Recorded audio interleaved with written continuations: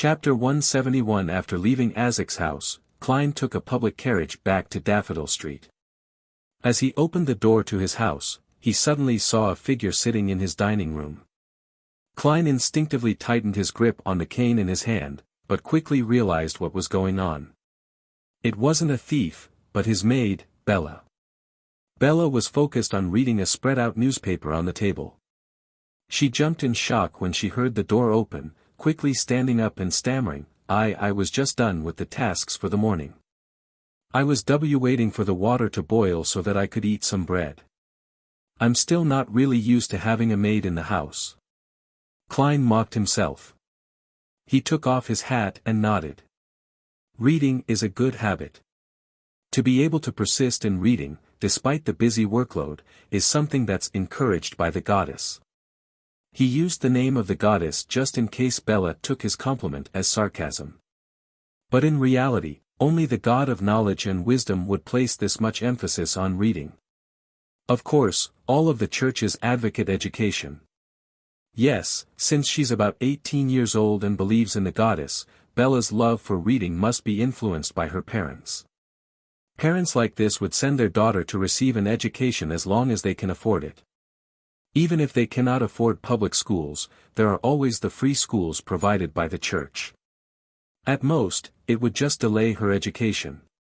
Thus, Bella isn't illiterate. She can understand words and read the newspaper. Klein thought as he walked into the living room after setting his cane down. He had quite a good impression of Bella. Even though she was a little clumsy and obviously not used to the kitchen, she had shown a willingness to learn. Bella let her hands hang down and said, embarrassed, I didn't have the opportunity to read many newspapers in the past. The landlord didn't let us use old newspapers to clean the walls. I stole a glance at it when I picked up the newspapers just now to clean the coffee table. I thought that it was rather interesting. What a pitiful lady. When I transmigrated, newspapers were the least interesting of things. Klein thought as he lampooned. He smiled and took out the silver pocket watch from his pocket. After looking at the time, he said, as long as you complete your tasks and do them well, you are free to do whatever you want with the rest of your time. You don't need to be too nervous. Of course, if I'm having a chat with Benson and Melissa, it's best that you stay in your room. I will allow you to use the lamp inside and take a few old newspapers with you. Oh, please knock at my door at 1 in the afternoon, then prepare a cup of Side black tea, 2 pieces of soft white bread, a piece of wheat toast and a small plate of butter for me. In order to celebrate his advancement to Sequence 8, Klein decided to spoil himself slightly. He was going to eat the white bread ahead of Benson, who was planning on having it over the weekend. Well, I'll buy 8 more pounds of bread soon. In the future, we shall make the change in our staple dish, from wheat bread to white bread. As a Sequence 8 Beyonder, my weekly pay is definitely going to increase. To think that the captain didn't mention this. He forgot again. Klein froze for a moment and decided to clarify it tomorrow. All right, Bella replied in surprise and joy. Following that, she asked with a little uncertainty, Mr. Klein, do you mean the Side black tea used to entertain guests? She called him by his first name as Moretti could be used to refer to anyone in the family. Yes, that shall be my usual tea in the future. Klein waved his hand and made his way towards the stairs. He suddenly noticed that he was in a decent financial situation after becoming a clown. This was partly because there were no other large expenses for the time being. He only needed to spend 2 solely on transport while he was investigating the houses with red chimneys, and on the materials that he needed to purchase occasionally. Claims could be made for the latter most of the time anyway. Also, there was a sum of £300 in Klein's anonymous bank account.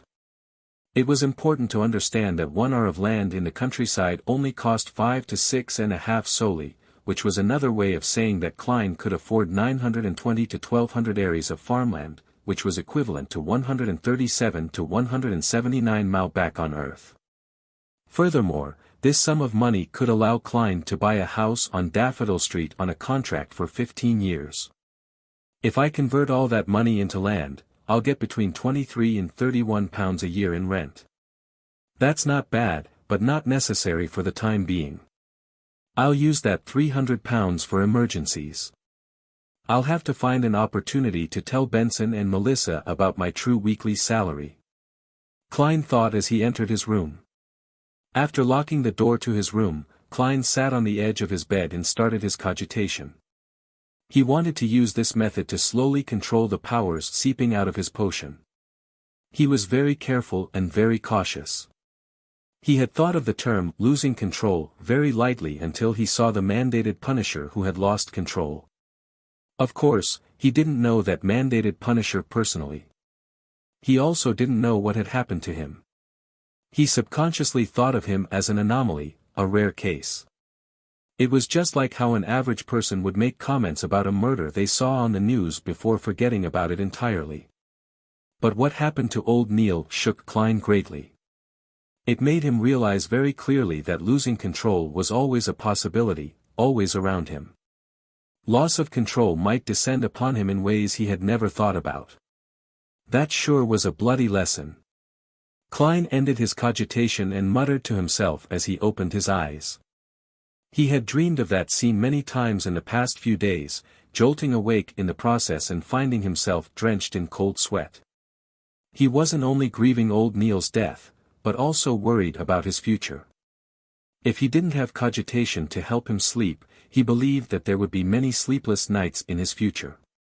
Other than digesting the potion, I also have to try my best to control my emotions and desires. I have to keep them within reasonable levels and not be consumed by them. Klein exhaled and laid down, quickly falling asleep. On the day that old Neil passed away, Dunn's actions and words had touched him greatly. It made him critically assess the responsibilities of a Nighthawk for the first time. It made him want to take up his responsibilities and help his captain and teammates. Thus, he didn't intend to waste his afternoon. He was going to continue his combat lessons. 3 in the afternoon, on a crude training field. The blonde crew-cut Gawain creased his brows as he witnessed Klein slowly familiarize himself with the motions, going from the movements of a decent beginner to the movements of an apprentice knight who had been practicing for a good 6 months. All this happened in the short span of 40 minutes. He called for Klein to stop and sized him up. He couldn't help but ask, what happened? Klein had already come up with an excuse. He was prepared to attribute his performance to scientific research when Gawain added, "You don't need to answer if it's inconvenient for you to do so." It looks like there was some communication between the police department and Gawain. It makes sense, he has to train beyonders occasionally, so how could he not know? Klein heaved a sigh of relief. He smiled as he said, "Teacher, how long do you think I will need before I can take part in actual combat?" Gawain crossed his arms and looked at Klein seriously. He replied with a raspy voice, 2 or 3 days, but that isn't enough. He explained, as if in thought, being able to take part in actual combat isn't the same as being good at fighting.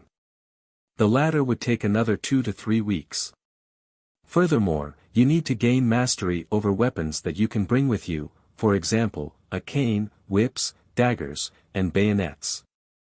There's still so many to learn. Klein was dumbfounded. Gawain swept his experienced gaze at him. Remember, every drop of sweat you lose here might save your life in the future. Yes, teacher. Klein pumped himself up and answered. On Sunday morning, Klein entered the Blackthorn Security Company and knocked on the door of the captain's office. Dunn Smith looked up as if he was expecting this. "I forgot to inform you yesterday.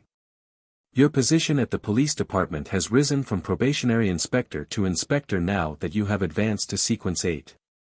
I'll get them to issue the appropriate documents and epaulets to you as soon as possible. Your weekly salary will also increase from £6 to £10. The church and the police department will each bear half of your salary. This salary is the level of an experienced Nighthawk. Of course, I mean an experienced Nighthawk at sequence 9. Captain, are you following the wrong script?" Klein was taken aback as he listened to the captain. His eyebrows relaxed as he smiled. "That's more than I imagined. He had imagined that his weekly salary would only increase to £8. Dunn lifted his cup of coffee and took a sip.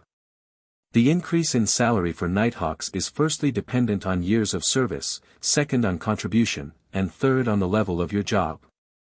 The third criterion is often highly correlated with your contributions. Right, without any contributions, even if one were to digest their potion, they would be unable to apply for the formula and materials. Klein nodded while in thought.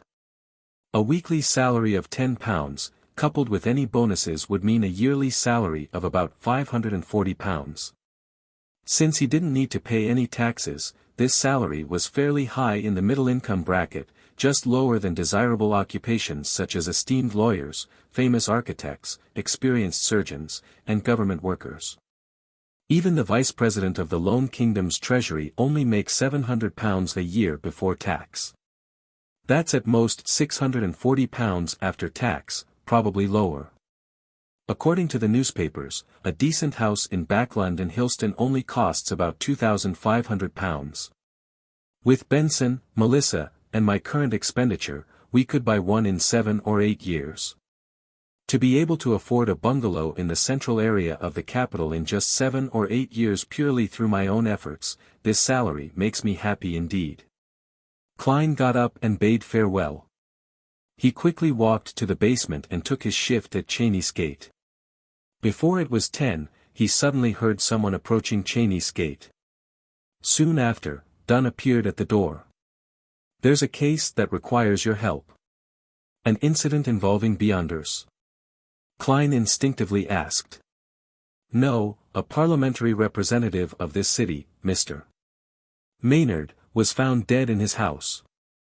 The Tianjin Police Department is under huge pressure and wants us to use a mediumship ritual to help them pinpoint the murderer.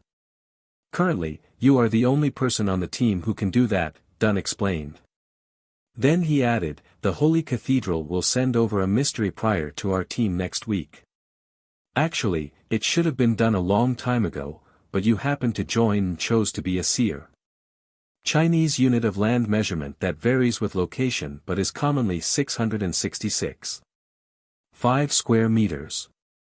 A metric historical unit of measurement, equal to 100 square meters. Chapter 172, How long has the Member of Parliament been dead for? Klein asked straightforwardly as he packed up his things. If it was more than 15 minutes, the information that he could obtain would decline considerably. If it was more than an hour, there would be very little left to find. If it was more than a month, contact with the spirit of the dead would most likely fail. Regrettably, the initial autopsy report shows that Mr. Maynard died between 9 and 11 last night. Dunn shook his head and said, "You only need to provide assistance and not consider if you can be of use." "All right."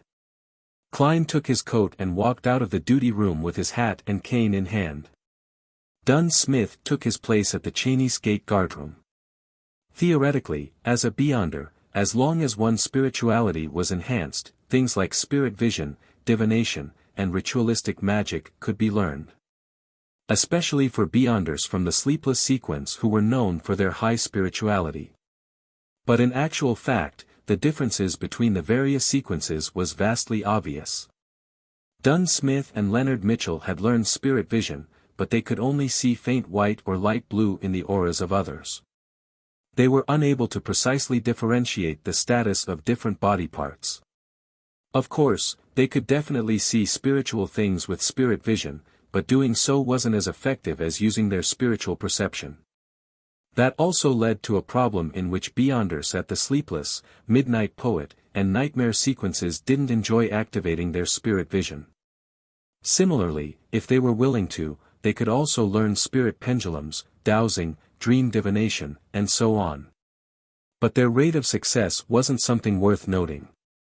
It was the same situation with ritualistic magic as well.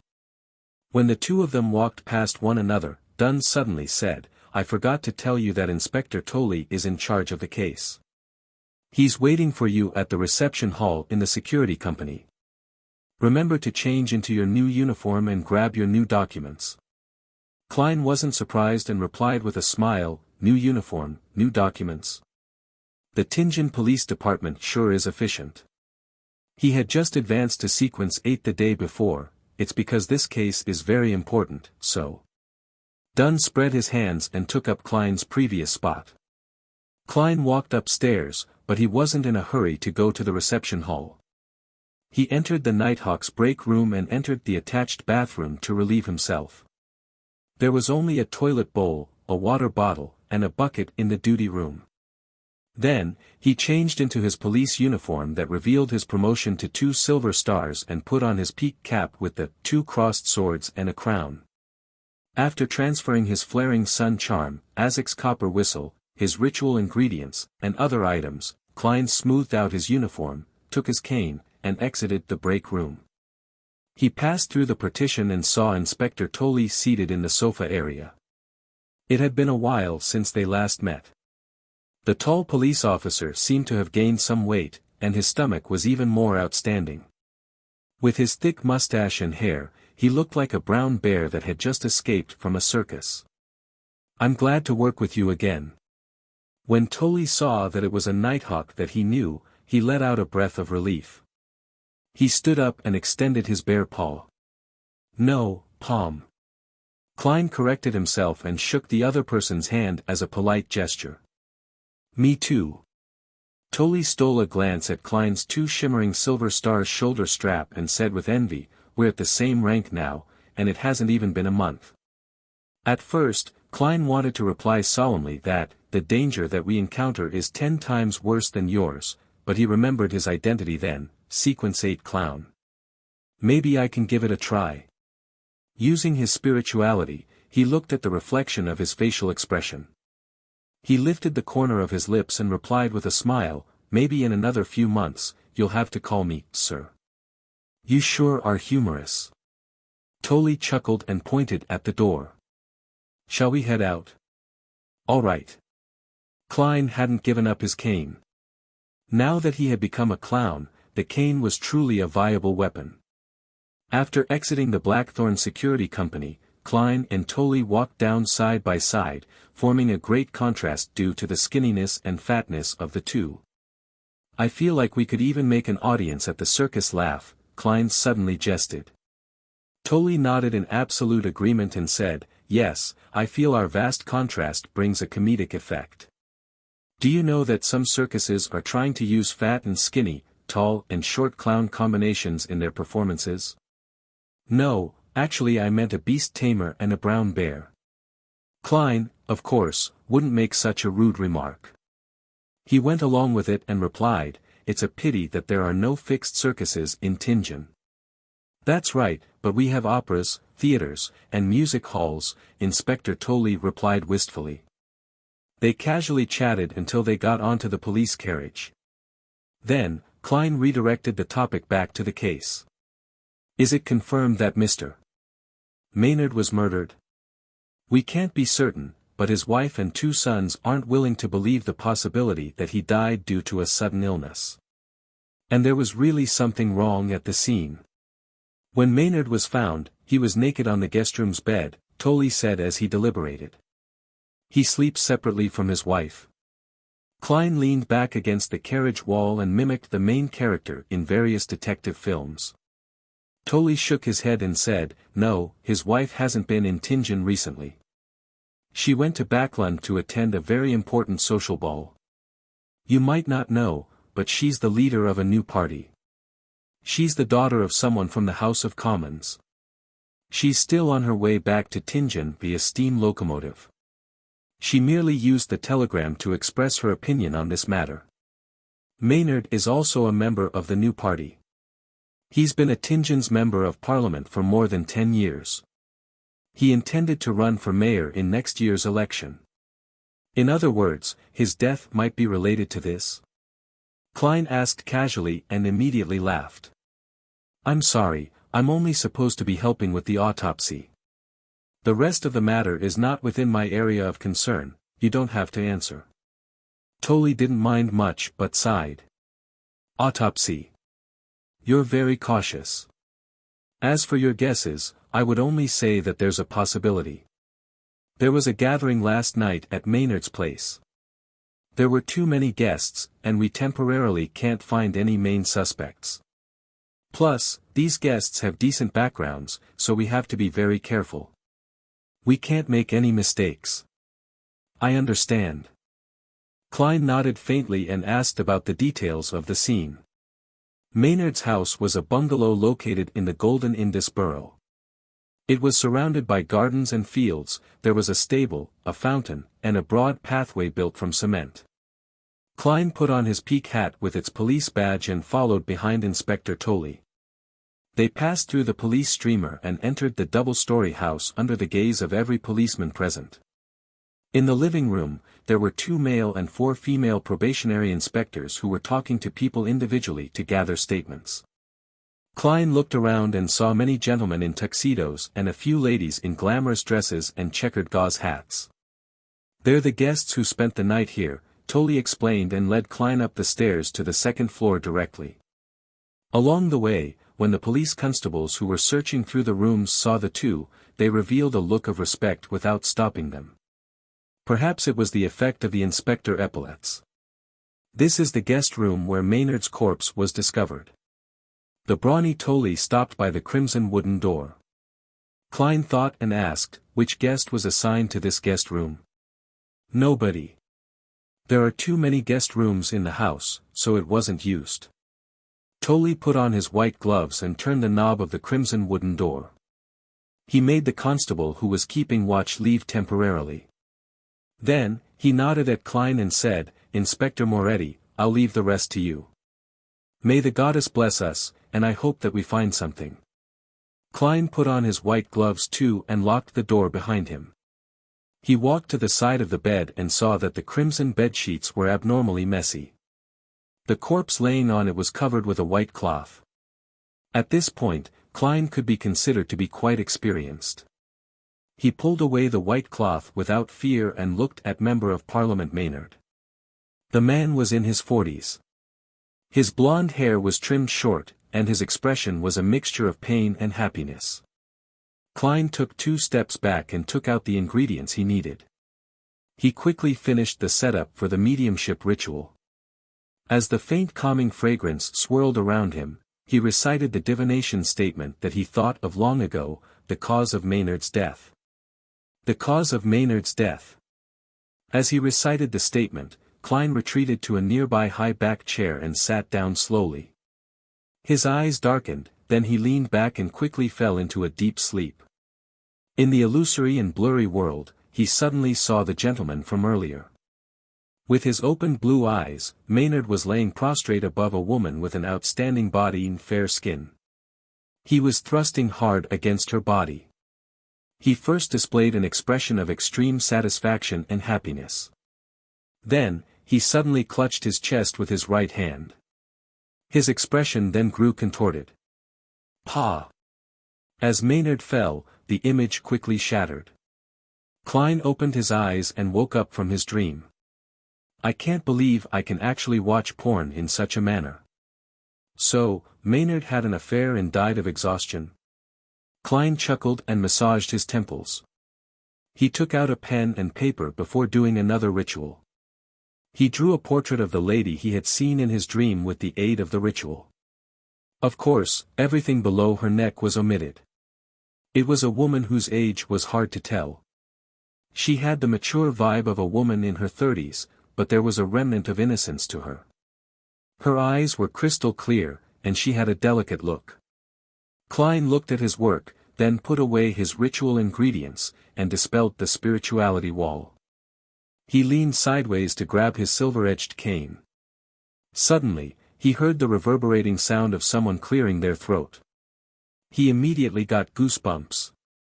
Klein looked towards the bed and saw Maynard gripping the crimson bedsheets so tightly that the tendons on the backs of his hands were protruding out.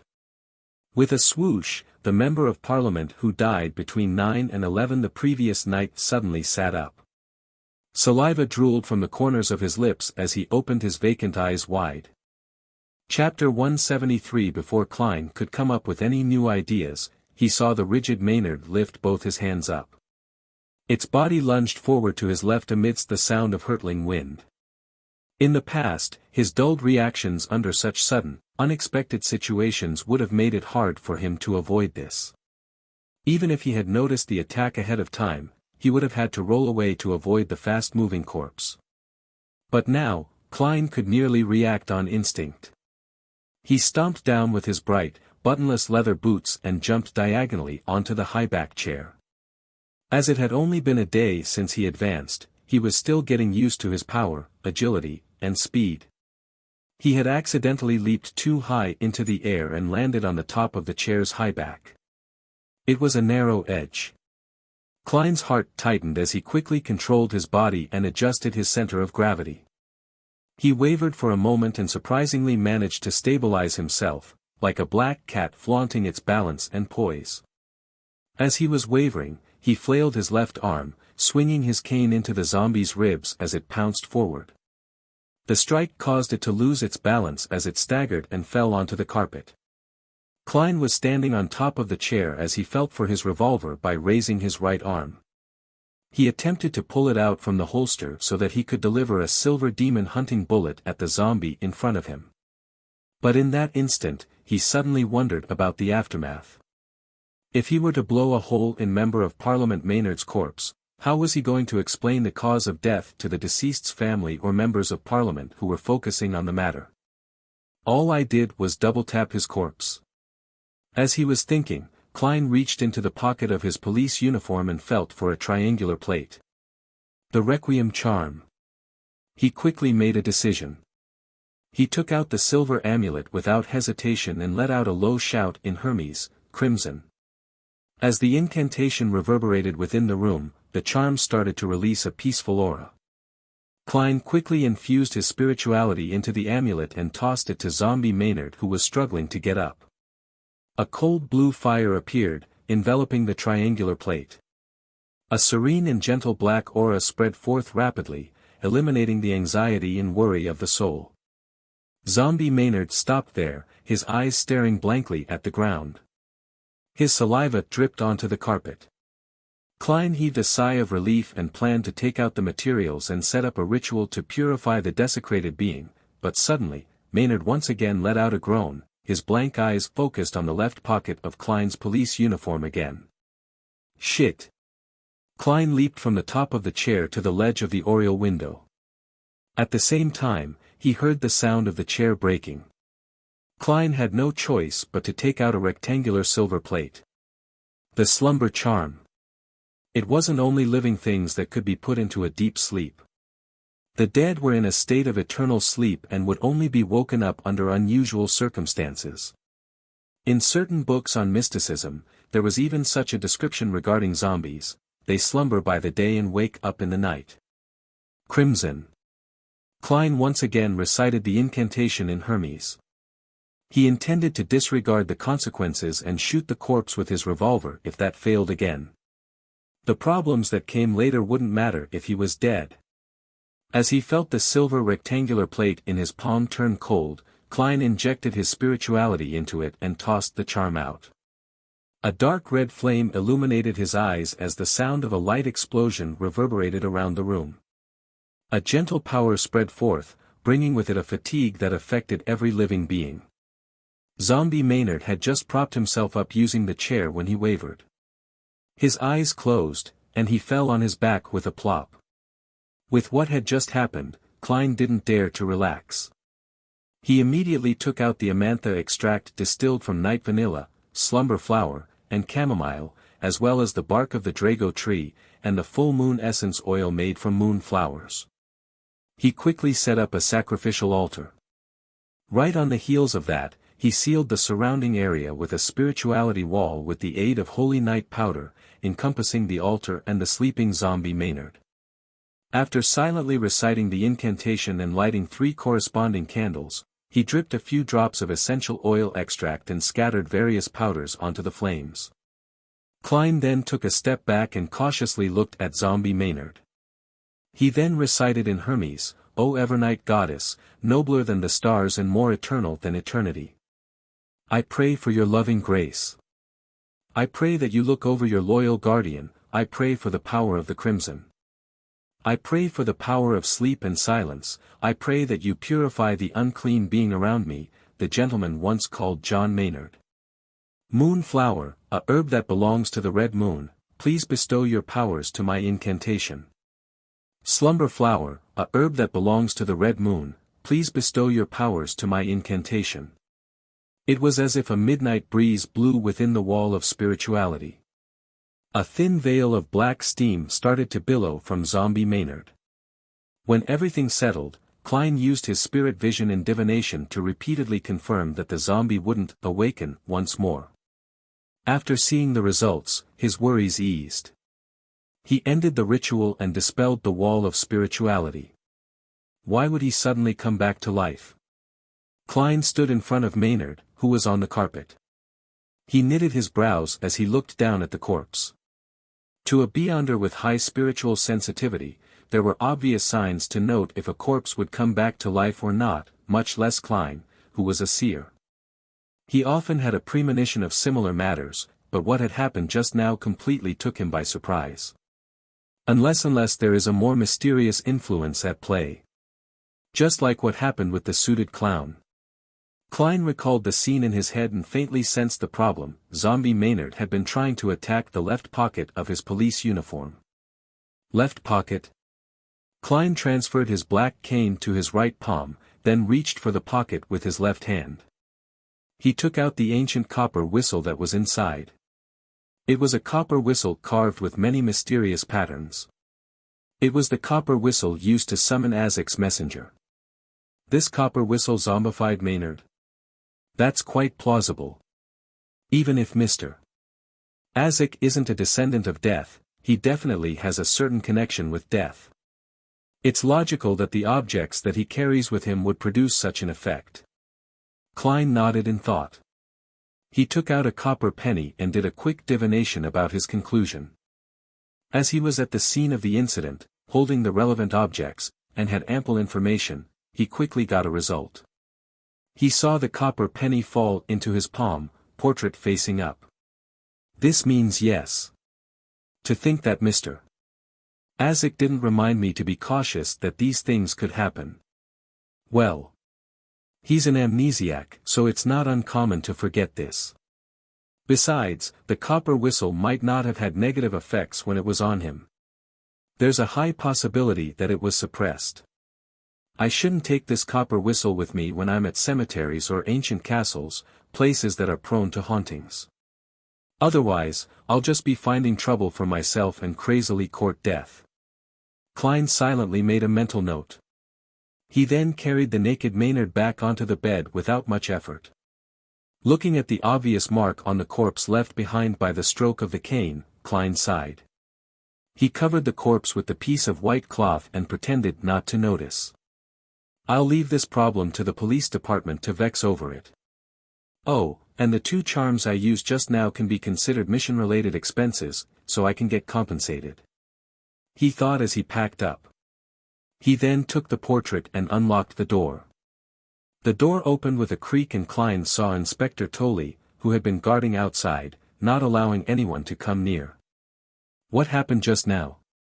Tolley asked in doubt and worry. He could faintly hear the action going on in the room. Klein smiled and deliberately said with a little exaggeration, Member of Parliament Maynard came back to life and tried to give me a passionate hug. Don't joke like that. Tolley looked into the room in exasperation. Why so serious? Klein said, throwing up his hands. Due to an unconfirmed reason, Member of Parliament Maynard became a zombie. Well, the kind of things that would happen in ghost stories. Fortunately, I hadn't left yet, so I used ritualistic magic to purify the desecration, allowing him to return to his eternal slumber. Is this related to his cause of death? Tolley asked, his expression stern. I cannot give you an answer to that. I don't even know what the problem is. You should know that in our field, unexplainable things are a common occurrence, Klein said. He then looked at the portrait in his hand. When I was doing the mediumship ritual, I saw the scene of Maynard's death. He was engaging in some activities that should only be done between a husband and wife with this woman. And at the climax of his joy, he clutched his chest where the heart is. You mean that is the cause of his death? Tolly gave him a nudge and wink look. In theory, yes, but you should wait for the autopsy. Klein handed the portrait over to Inspector Tolly. Tolly had only glanced at it when he exclaimed, Madame Sharon. Klein looked at him, lost. Is she very famous? Yeah, judging from her looks and figure, she should be famous. He lampooned in his heart. Tolly looked around and introduced her in a somewhat excited manner. Madame Sharon is the prettiest widow in Tianjin City. She's the most sought-after lady in social settings. She was the second wife of Baron Koi, but unfortunately became widowed. She is welcomed by many amongst the nouveau riche merchants and aristocrats, someone who can be invited to banquets by both the Conservative Party and the New Party.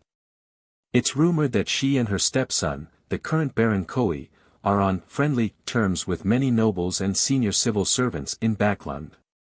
She's a powerful lady. To think that she and Member of Parliament Maynard had such a relationship. Simply put, she's an exceptional socialite.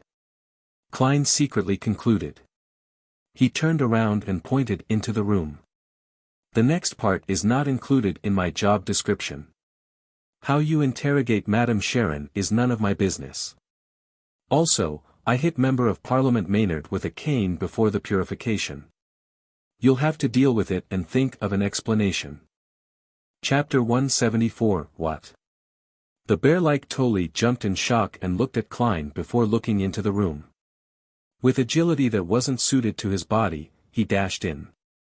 He pulled back the white cloth that covered the corpse and after examining the body carefully, he heaved a breath of relief. It's better than I imagined. It's not that serious a problem.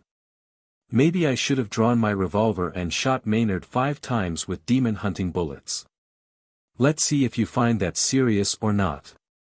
Klein lampooned inwardly and pointed outside the door. That's all that you need me for, right? No. Tolly shouted. Wait a moment. Klein asked, puzzled, why? Tolly explained seriously, we have to prevent any accidents from happening. After we talk to Madame Sharon and get her testimony, I'll send you back to Zutland Street. If Maynard can resurrect after being dead for 10 hours, what else couldn't happen? What would I do if you leave? Tolly added in his head. All right. Klein massaged his temple and said, find a quiet room for me to rest in then. He wasn't feeling his best in every aspect as he had just advanced a day ago. Having just performed multiple ritual ceremonies, used 2 charms, and suffered a non-trivial scare, he needed to enter cogitation to eliminate any problems.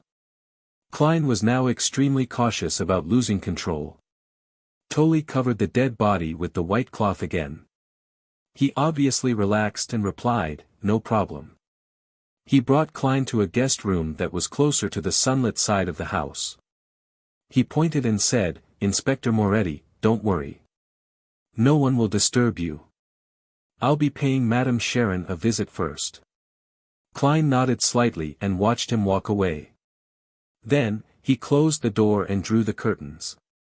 In the dim and silent bedroom, he slowly walked over to the rocking chair and sat down comfortably. He allowed his body to rock back and forth rhythmically. There were countless spherical phantasmal lights overlapping in his mind.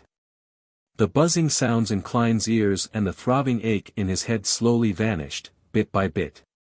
When his situation stabilized, he opened his eyes and looked into the darkness. He outlined a bed, cupboard, and other furniture. Then, he calmly thought about his earlier attempts. There isn't much feedback from a few exaggerated jokes, maybe I have yet to control the powers of the clown potion, as there are still remnant negative effects. Of course, I can't eliminate the possibility that such acting has little effect. Personally, I'm not quite willing to play the role of a clown. But since I picked the sequence pathway, I can only bite the bullet and continue. Actually, everyone has to act like a clown at one point or another in their lives. I don't have to be so uncomfortable with the idea.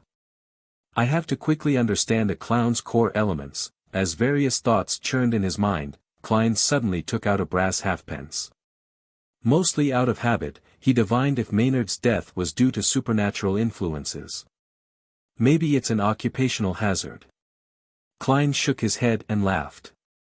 His eyes grew dark as he recited repeatedly, John Maynard's death was due to supernatural influences. Ding! He flipped the coin as he slouched into the rocking chair. He watched its brass luster twinkle as it rotated in the air. Pack! The coin fell right into Klein's open palm, revealing the number 1/2 facing up. A negative answer. In other words, there weren't any supernatural influences involved in John Maynard's death. I guess that man died of orgasmic pleasure. The deceased shouldn't be laughed at, so I won't be using an insipid Chinese phrase to mock him. Klein put away his coin and allowed his thoughts to wander before he nearly fell asleep. Knock. Knock. Knock. Under the slow and rhythmic knocking, Klein tidied his clothing, put on his policeman's peaked cap, and walked to the door. Just as his right palm touched the knob, a scene appeared in his mind. The bear-like Inspector Tolley was standing outside the door and pulling his collar. His expression looked disturbed and helpless. Klein turned the knob and opened the door leisurely. Inspector Tolley appeared before him as he pulled at his collar. Sorry for making you wait so long. We've already found Madame Sharon and obtained her statement. You can return to Zutland Street. I'm really sorry for taking up your precious time. Klein didn't ask the reason for his current emotions, but he smiled and said, Madame Sharon admitted that she was with Maynard last night. Yes. She said that under the influence of alcohol, she and Maynard didn't manage to control themselves. When she found out that he died of a heart attack, she was very afraid, so she fled the room after she tidied herself up. She then hid in her own guest room. We don't have enough reason to raise charges against her right now, so we had to let her go while restricting some of her freedom. We'll have to wait for the autopsy, Inspector Tolley explained in detail. Klein leaned his head sideways and smiled. Who are you explaining this to? Tolley shook his head and forced a bitter smile. Oh yeah, I don't have to explain it to you. I'm just frustrated by Madame Maynard, and I started blabbering without realizing it. Maynard's wife is back? Klein asked in response. Yes, unfortunately. There was something abnormal about the steam locomotive. It wasn't late. Tolley gave an affirmative answer in a joking manner. Klein didn't ask further but checked if he had all his personal belongings, before following Inspector Tolley down the stairs. Why aren't you arresting her? She's a murderer. I want to sue her, and I want to sue all of you for negligence of duty. I'll hire the best lawyer to sue you. Harsh remarks entered Klein's ears, and he looked over subconsciously. He saw a voluptuous and fair middle-aged lady staring angrily across her. Despite having two young men holding her arms, she continued yelling at them. A very trendy regal gown in Backlund this year. Having frequently read the magazine, Ladies' Aesthetic, the first thought on Klein's mind was something unrelated to the situation. He then saw a few gentlemen protecting a lady behind them. The lady was in a long black dress with fair smooth skin, waterfall-like brown hair, and brown eyes. She looked as pitiful as a fawn in the woods. It made people want to protect her involuntarily. Madame Sharon. Klein suddenly thought of the porno she had starred in. He quickly lifted his right hand, covered his mouth, and coughed twice. Out of habit, he tapped his left molars twice and observed the people present with spirit vision. There's some sort of problem with Mrs. Maynard's body. The colors of her aura are thinner. From the colors of her emotions, she's definitely feeling anger and hatred, which is consistent with her outward appearance, huh? The color of Madame Sharon's emotions are shaded in blue, which represents rational thinking and calmness.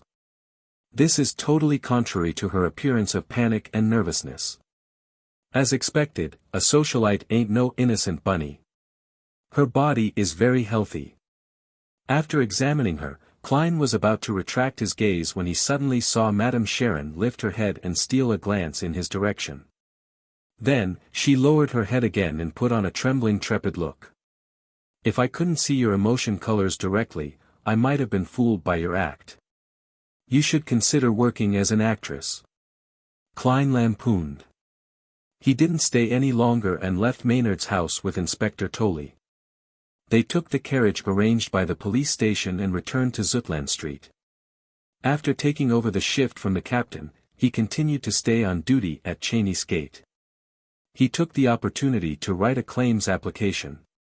After an uneventful night, Klein returned upstairs and received the breakfast that he had requested Roseanne to buy for him. "I love this pastry," he complimented. He had already passed her the money for breakfast ahead of time. "Really? I can try it tomorrow then," Roseanne replied happily. The corner of Klein's lip twitched as he focused on his battle with the milk and pastry.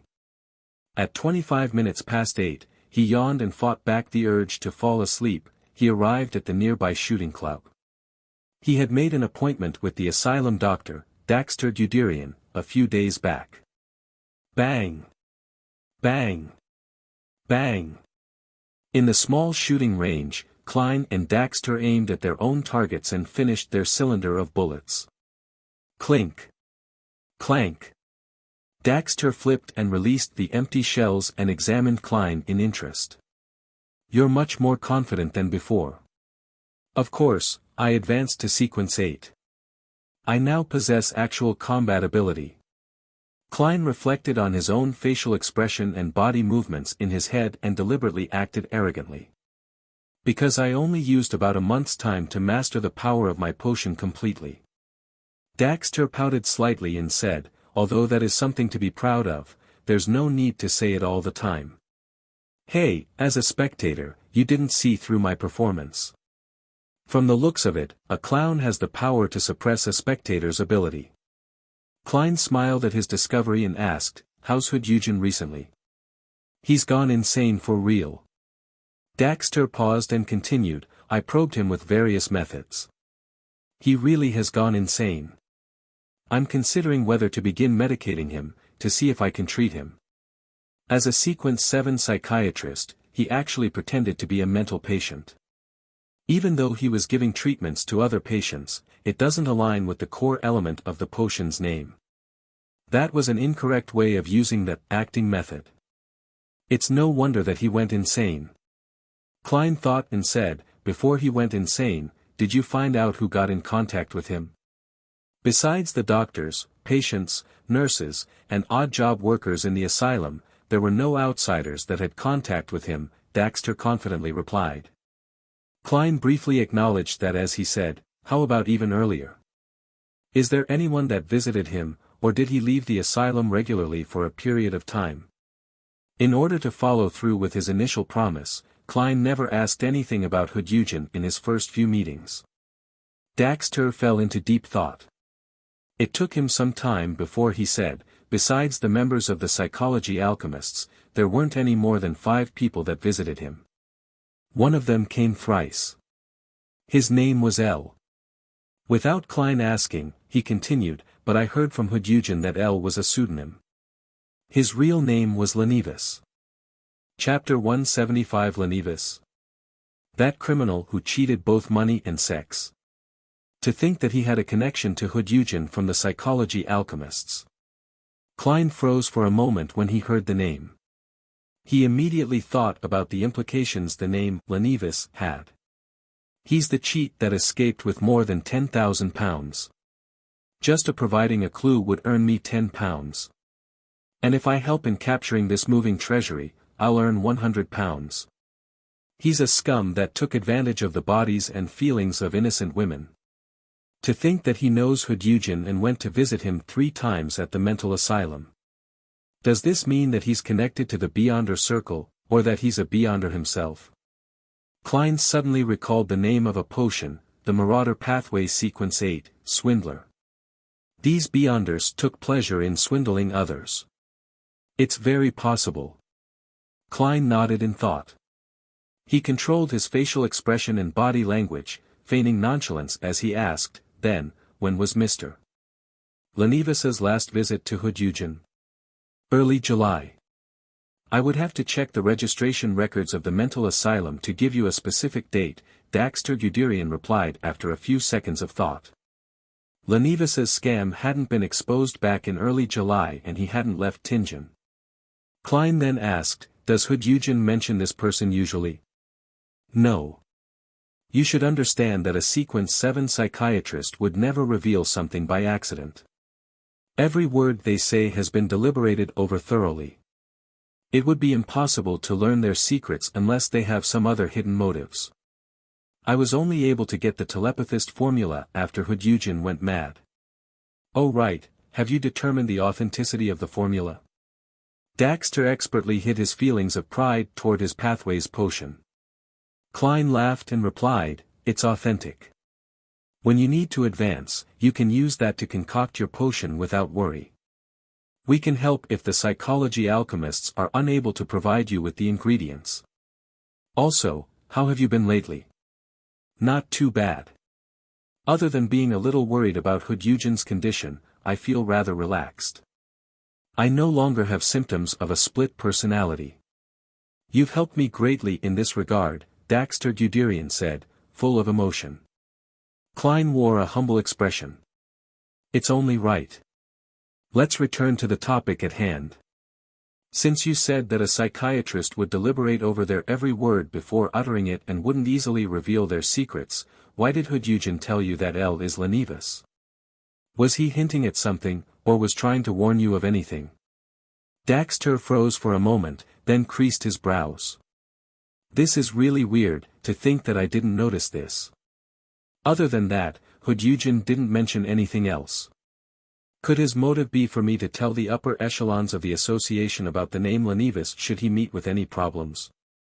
The association's reaction seemed strange, too. After I informed them about Hudyugen's insanity, they did send a liaison. But after I described every detail, including Lenivas's name, there were no more replies from the upper echelons. It was like being a stone cast in the ocean. Could this mean that they've figured something out? A reasonable deduction. Klein took out his demon hunting bullets and stuffed them into his revolver, then took aim at the target. If we follow this deduction, Hudyugen might have long anticipated that he would become insane or die. And this has an untenable connection with Lenivas? But since he already anticipated it, why didn't he ask for help from the upper echelons? Daxter gazed blankly ahead. He thought hard as he said, unfortunately, he's insane now. There's no way to effectively communicate with him now. Perhaps some kind of temptation made him choose to take the risk. Klein made a guess. At the same time, he felt that it was regrettable that Hudyugen had really become a mental patient. This compromised much of the information that he might have otherwise gotten. Sigh. Even a dead person is better than a lunatic. I can use mediumship rituals to make the dead talk, but what can I do with a lunatic? Oh right, Madame Daly once tried to use mediumship rituals to call upon my lost memories. The theory behind the mediumship rituals seems to have been derived from the psychology alchemists. This means that I can also use the mediumship rituals on the living and create a scenario where I interact with his spirit directly using my spirit. I wonder if Hudyugen would still be insane under those conditions. Unfortunately, I'm not advanced enough in this field, so I don't think I would be able to do it. I'll call upon the messenger and ask Madame Daly about it first. I'll see if she can provide me with any techniques. If she thinks that only she can accomplish it, then I'll tell the captain and get him to send a telegraph to Backlund to request for assistance. I'm definitely not taking this troublesome course of action just because I want to learn the technique and attempt the ritual to summon the messenger. Many thoughts ran through Klein's mind before he gradually narrowed it down to a single line of thought that could solve the problem. Daxter Guderian approved of his guess. Greed always makes one foolish. Even when a person knows that there's only the abyss in front of him, he'll still attempt to walk to the edge and take a peek. This is called crazily testing the limits of fate. Klein lampooned. Try your best to treat Hudyugen after returning to the mental asylum. Try to keep him sober for a period of time and get some clues out of him. Also, don't hide your worries and anxiety. Establish more connections with the psychology alchemists and put pressure on them to solve Hudyugen's problem. That's the most normal and reasonable reaction. Daxter nodded seriously. I'll try my best. Klein didn't say any more and, after some deliberation, he asked, has there been any abnormalities with Hudyugen's body recently? For example, thin scales growing on some parts of his body. Near insanity, true insanity, and losing control were all descriptions of varying levels for a beyonder when something was wrong with them. The least severe of the conditions were when their attitude changed as if they had become a new person, but were still capable of rational thoughts and actions. That was near insanity. Insanity was more severe in that the person would lose all logic, becoming a maniac and was difficult to communicate with. Those that couldn't be saved were those whose body and mind had become monsters, completely losing control. Sometimes, if the problem wasn't dealt with promptly, insanity would lead to losing control. Before this, to avoid exposing the informant within the psychology alchemists, Dunn instructed the Nighthawks not to immediately deal with Hudyugen. Instead, they switched to surveillance to ensure that Hudyugen didn't lose control. But if there were signs of him losing control, they would have to deal with him immediately. Daxter shook his head and let out a bitter laugh. No, you can ease your concern. I'm also very afraid that Hudyugen will lose control, so I'm paying very close attention to detail. After all, I'm at the mental asylum 6 times a week. After exchanging a few more words, they left the shooting range 10 minutes apart. Klein fought back his intense desire to sleep and took a public carriage back to Daffodil Street. He opened the door and saw his sister sitting on the sofa. She was neither reading nor was she fiddling with machinery parts. She was just staring blankly ahead as if she had lost her soul. Tapping his molars gently, Klein activated his spirit vision and asked, puzzled, Melissa, did something happen? She looks healthy based on the colors of her aura, not malnourished like she was before. Melissa retracted her gaze and pursed her lips, then looked at the kitchen which was producing some noise. Bella has been recommending the way that her family prepares breakfast back at home. She said that it's very delicious. I agreed to let her try it out this morning. What method is that? Klein had an ominous feeling. Cooking all of the leftovers in a pot, then adding water and bread. Melissa repeated softly.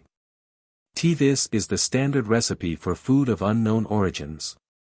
Klein pinched his forehead. And so? We shouldn't waste food. Melissa bit her lips and nodded. Sis, I feel like you are questioning life. Klein cleared his throat and suppressed his desire to laugh. He then asked, where's Benson? In the bathroom. Melissa broke free of her daze, as her eyes regained their luster.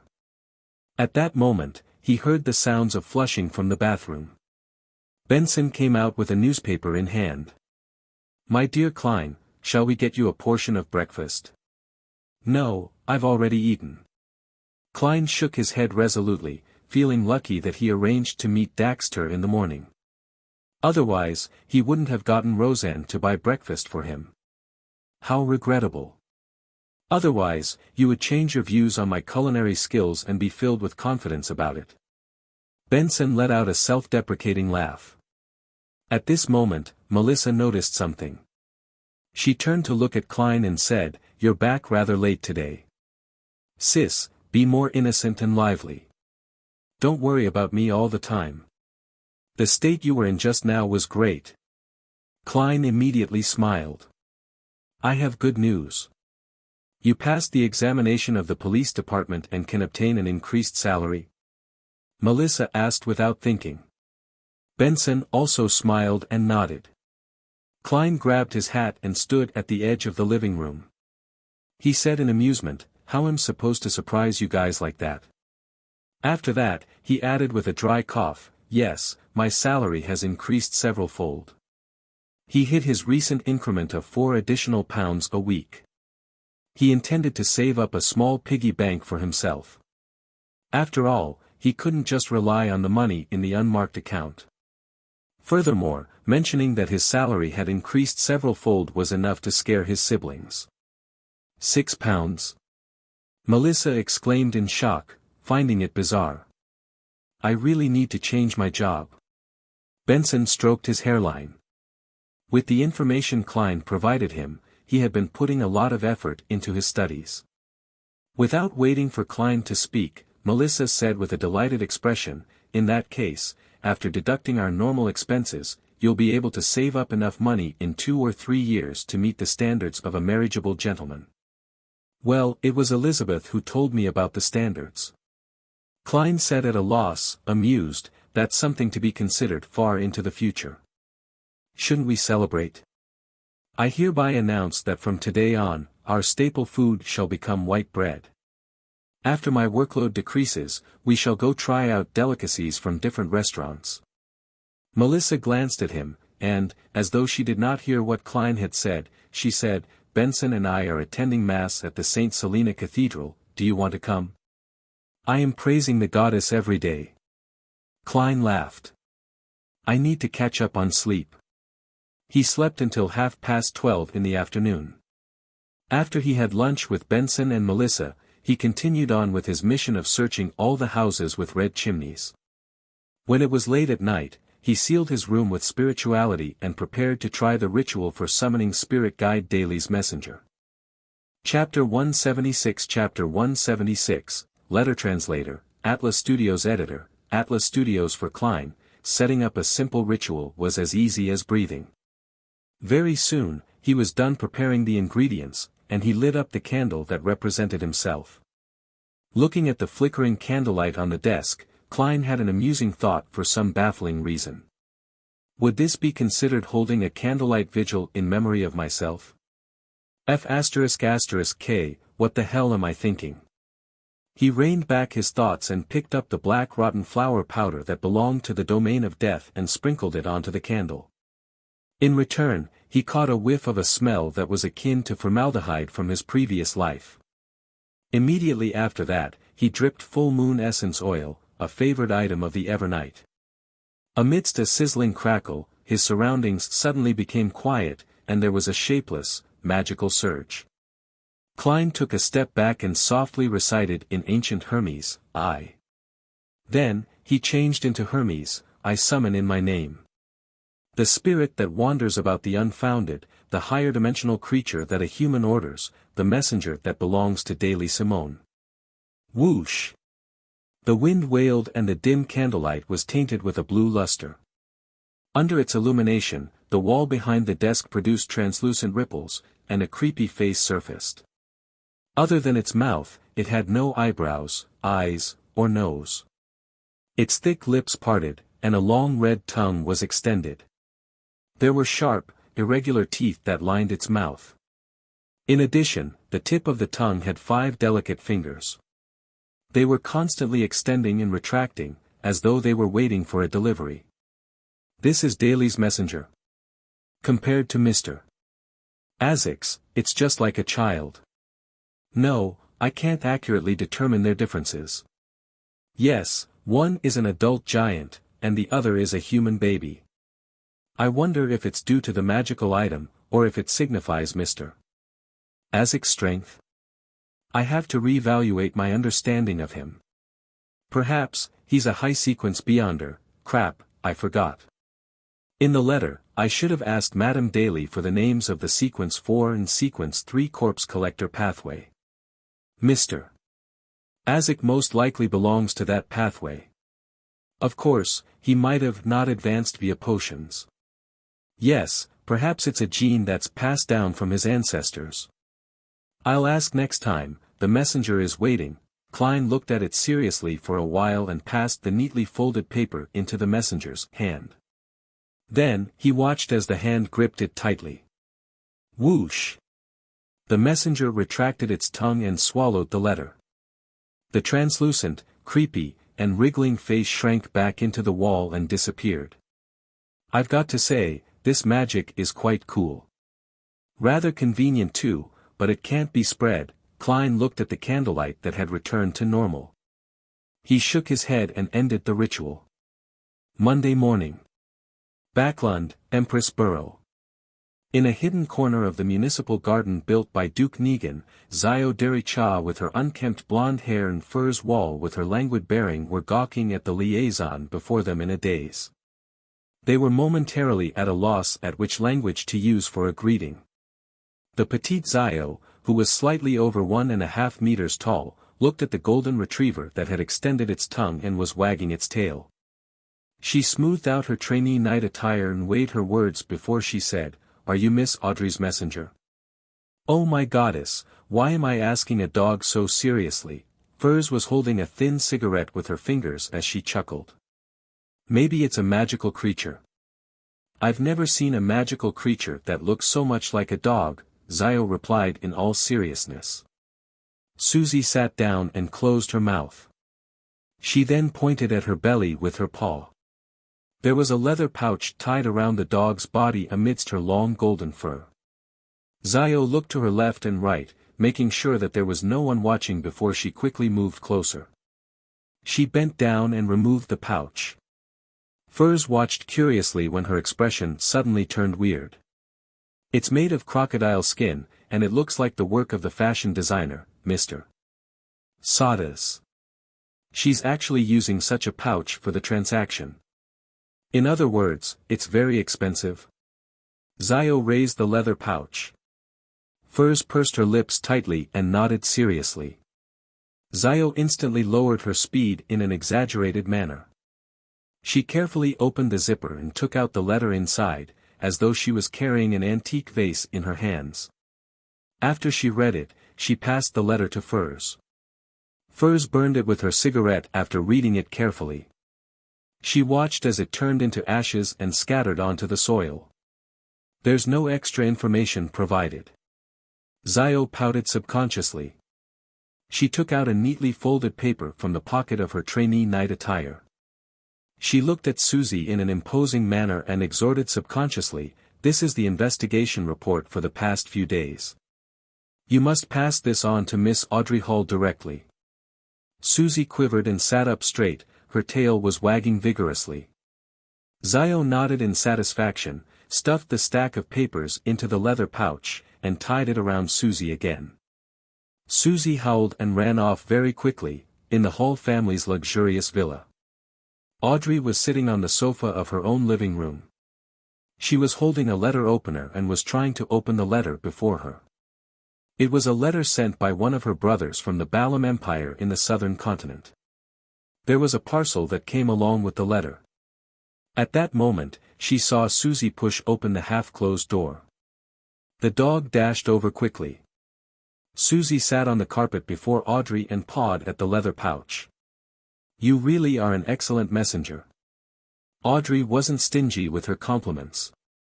Susie looked back at the door. It induced vibrations in the air and said softly, "Your friend is very serious. When I saw her, she reminded me of the time when a hunter came to train us. She had been a complimentary gift when Count Hall bought hunting dogs." "Susie, your loan is getting more and more fluent. There are just a few problems with your logic in using the language." Audrey watched as her golden retriever took off the pouch on her own and skillfully pulled open the zipper. She gave Susie a look and immediately understood. She stood up and ran to lock the door. "There's no result so far, but we found that some vagrants disappeared around the Backlund Bridge borough. Though, we can't know for sure that it was Kalangos. Perhaps the vagrants merely changed their movement patterns suddenly." Audrey flipped through the investigation report and seriously wondered how she should reply to Xiao and Furs. "I'll tell Xiao that as long as she can track down Rear Admiral Hurricane, Kalangos, I'll buy the sheriff potion formula for her." "No, that's not friendly enough. It would make her feel an inferiority complex." "Yes, I shall say, Xiao, I've prepared your reward. As long as you can complete the task, 450 pounds will be yours." Sigh, "As far as the main ingredients for the telepathist formula, I've only found the Farsman rabbit's spinal fluid. I still need the rainbow salamander's pituitary gland. Glaint, Xiao, and Furs have yet to find it." Audrey, cheer up. At least you've digested the spectator potion completely. Once you put together all the ingredients, you'll become a sequence 8 Beyonder. Audrey reined in her thoughts, picked up a pen and paper, and quickly wrote a reply. She stuffed it back into the leather pouch and entrusted Susie to make another trip. She watched her golden retriever as she opened the letter that her brother had sent. She read it with a smile. My dear sister, I think you should come to the southern continent too. Come over to the colonized regions of the Balam Empire. There's abundant sunlight, fresh air, a clean environment, freshly caught seafood, various unique cultures, and the very kind and obedient Balam people who make good servants, as well as the smell of freedom. On the contrary, Backland is cold and moist, the air is bad, there's always dust, and it's always gloomy. Plus, it's highly populated, which leads to all sorts of problems. And the endless balls, banquets, and salons. The social events are so boring and insipid that I wouldn't want to stay for a minute. Dear sister, I believe you share the same feeling. I'm not running away from home. I'm merely seeking my own place in life, but our brother definitely doesn't think so. He's always been a selfish person. Of course, he wouldn't be stingy with you, because you can only claim a tiny part of the family wealth, while I would be his biggest competition in the fight for the inheritance within the ranks of nobles. After all, our father is a duke who takes a long view. He definitely wouldn't be restrained by the rule that the eldest sibling will inherit the rank of nobility. As long as he feels that it's necessary, he would do anything. Just like when he sold off half the farmland and pastures to enter the banking industry, regardless of the strong opposition. I miss Backland sometimes, mostly father, mother, and you. I miss the smile that you put on my face during those few years. You must have become the most dazzling gem in Backland, but unfortunately, I'll only be able to return after 2 years. A career is a man's pride, while the outstanding young people in the Lone Kingdom treat the world as their stage. You can tell our dear aunt that the coastal regions in the Balam Empire are very suitable for vacations, and especially suitable for her, given how her joints ache and swell in the winter. I sincerely invite her to be my guest. If you can come with her, that would be even better. I didn't send you too many gifts. They're mainly things that are rich with the traditions and styles of Balam, such as the unique yellow silk, and the ornaments that are filled with traits related to the worship of death. I remembered that you love things regarding mysticism, so I'll look around for you. The culture here is full of mystery. After reading the letter, Audrey picked up a pen, paper, and writing board. She leaned back into the sofa, pursed her lips and wrote seriously, My dearest Alfred, although it has been less than a year, the little girl in your memories has grown up. I don't like mysticism anymore, so you don't have to search for those kinds of things. Because it's very dangerous. Audrey puffed up her cheeks and added in her head. She had heard of too many tragedies related to mysterious objects when participating in Beyonder gatherings and from stories Zion Furs recounted. She thought and declared excitedly, I'm now interested in biology. Recently, I've been in awe of the rainbow salamander. Can you ask around for me and find out where I can find one of these creatures, or if they have a complete corpse that has been preserved? Chapter 177 Sudden turn of events. Audrey stopped writing after she finished sharing some interesting news and scandals about aristocrats. She then adopted a serious pose as she recalled something. With her exceptional memory as a spectator, she arranged the information that she had received from her father's teachings, as well as the news she heard during banquets and salons, into paragraphs. After creating a draft in her head, Audrey penned, As for the political situation in Backland you asked about, it's not within my area of interest.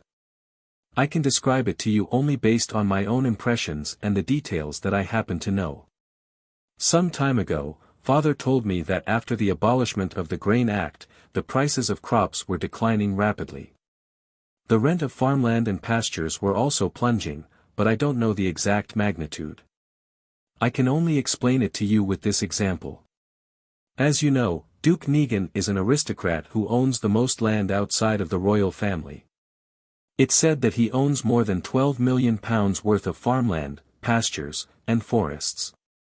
Last year, his land earned him a historic £1,300,000 in rent.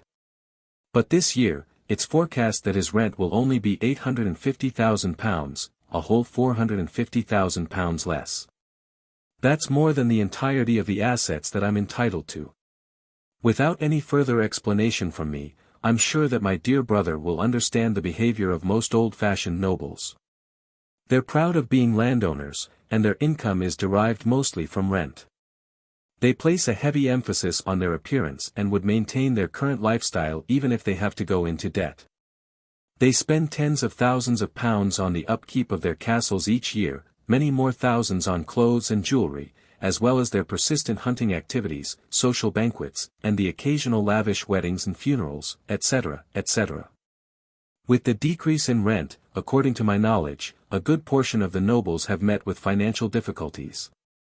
Because of this, Count Wolf has sold 84,000 ares of land in the countryside and gotten £29,000 in return. Viscount Conrad has also sold his art collection worth £55,000 to a national art gallery. Other than a few visionary nobles who had long shifted their focus to steel, coal, railroads, banks, and rubber industries, the rest of the nobles have been severely affected by the Grain Act. Let us praise our dear Count Hull. Father told me that the financial distress will loosen the control the nobles have over politics. As you can imagine, the number of ministers with blue blood will decline from the next year onward.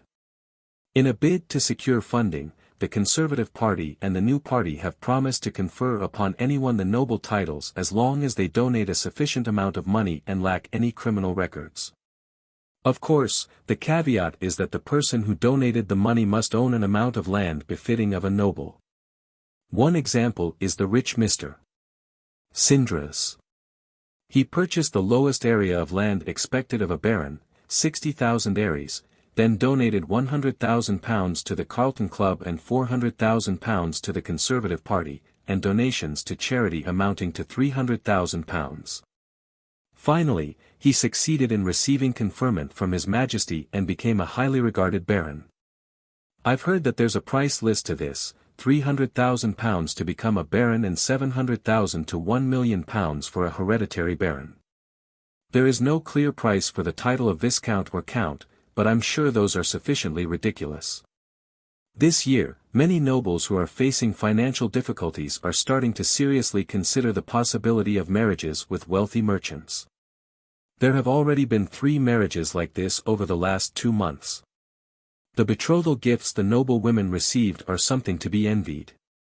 Also, the workers who protested the Grain Act did experience a decrease in the cost of living, but the quality of their lives has not improved. Instead, it seems to have deteriorated as the bankrupt farmers have entered the city and stolen their jobs by requesting lower wages. Thus, the wages of the laborers are dropping rapidly. I remember the day when Father asked me who I felt was the winner of the Grain Act. My dear Alfred, you must know the answer. You would definitely be able to obtain a hereditary baron title through your own efforts. Zio Dericha and Furs Wall were returning to the Backlund Bridge Borough after they received Audrey's reply. Zio, with her messy blonde hair, was looking out the window of the carriage, her eyes were bright like 2 burning balls of flame. She muttered the term, £450, to herself repeatedly, as if reciting an incantation. Her strength and courage grew every time she repeated the term. Darkholm hasn't reported the status of the investigation today. Let's make a trip to his house. Zio suddenly turned to look at Furs. Darkholm was the leader of a triad in the Backlund East Borough and had control over many beggars and thieves. Even though he looked very friendly with his chubby face that was perpetually adorned with a warm and amiable smile, Zio knew that he was a merciless scoundrel.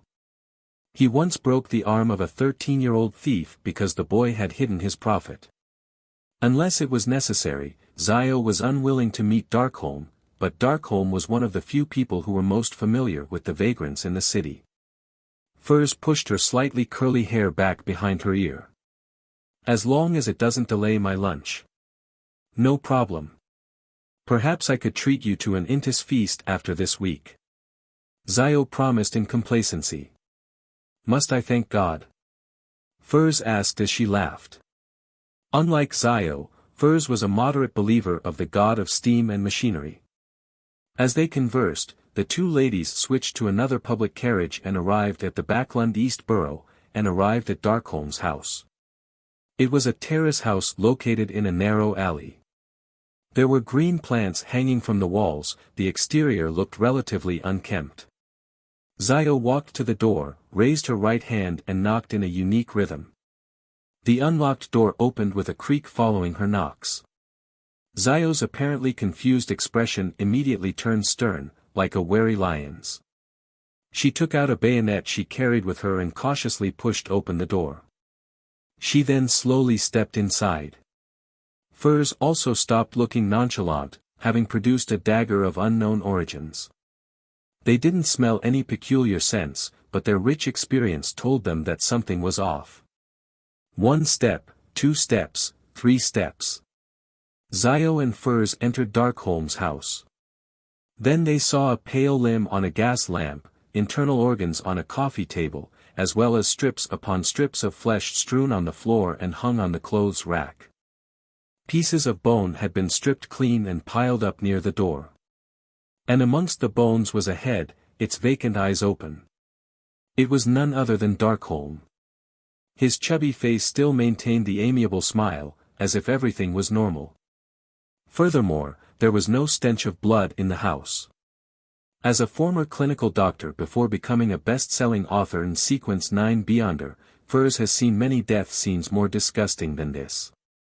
She patted the tense Zio, who was on the brink of vomiting, as she surveyed the surroundings. Kalangos? Rear Admiral Hurricane Kalangos? He realized that Darkholm was investigating the missing vagrants and tracked him back to his house. Or could it be said that Darkholm had tracked him down, but ended up being caught?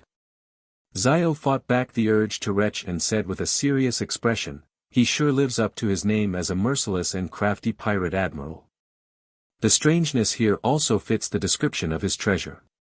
Crafty.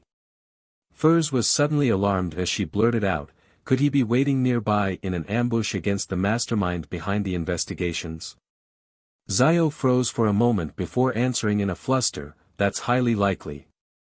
He was a Sequence 6 Windblessed, a powerful pirate with a mystical artifact, while they were just 2 Sequence 9s. This was an extremely simple and easy contrast. In the house opposite Darkholm's house, a man with a unique broad chin and dark green eyes in his 30s was standing by the window, coldly observing Zio's and Furs's opening of the door and slow entry. He was none other than Rear Admiral Hurricane Kalangos. The black glove on his left hand twitched as if it were alive. A layer of dull gold scales appeared on its surface. Kalangos revealed a cruel and joyous expression as his dark green eyes turned pale gold and indifferent. The moment Furs realized this, she dragged Zio to the other side and avoided the area just across the main door. She then gritted her pearly white teeth and took out a bracelet that was hidden by her sleeves. This silver bracelet had 3 dark green, coarse stones which showed signs of burn marks and were rough and uneven. Furs pulled out one of the stones and let out a low growl in ancient Hermes, "Door." She grabbed onto Zio Dericha tightly as the stone released a faint blue glow. The figures of the two ladies turned indistinct, nearly invisible. They saw many forms they found difficult to describe. There were even transparent objects that didn't seem to exist. They saw different colors, lustrous splendors which seemed to possess immense knowledge. They had entered the mysterious spirit world. In this strange world that stood distinct from reality, Furs proceeded in a particular direction while pulling Zio along. Seconds later, they exited their indistinct states and returned to reality, to Backlund. But they were no longer at Darkholm's house, but instead arrived at an empty cemetery. Kalangos, who was wearing his scaled glove, silently appeared at the door of Darkholm's house. He swept the interior with his cold gaze. He froze for a moment, then creased his brows as he muttered to himself, "Traveler. In the cemetery. What are we going to do next? Furs panted, sensing their predicament and feeling a lingering sense of fear. The bracelet was a mystical item she had received along with the formula for apprentice and its corresponding materials back during a fortuitous encounter of hers. Other than causing her to hear strange, faint murmurings during the full moon every month, it posed no threat. There were originally 5 stones on the bracelet, each stone allowing her to traverse through the spirit world, technically allowing her to teleport. But now, there were only 2 stones left. Zio calmed herself down and nodded solemnly. First notify Miss Audrey, then we call the police.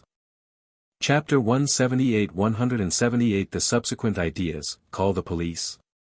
Furs Wall repeated in surprise. To Beyonders, lodging a police report seemed to be something of another world.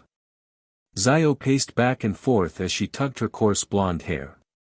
The scene of Darkholm's death is harrowing and creepy.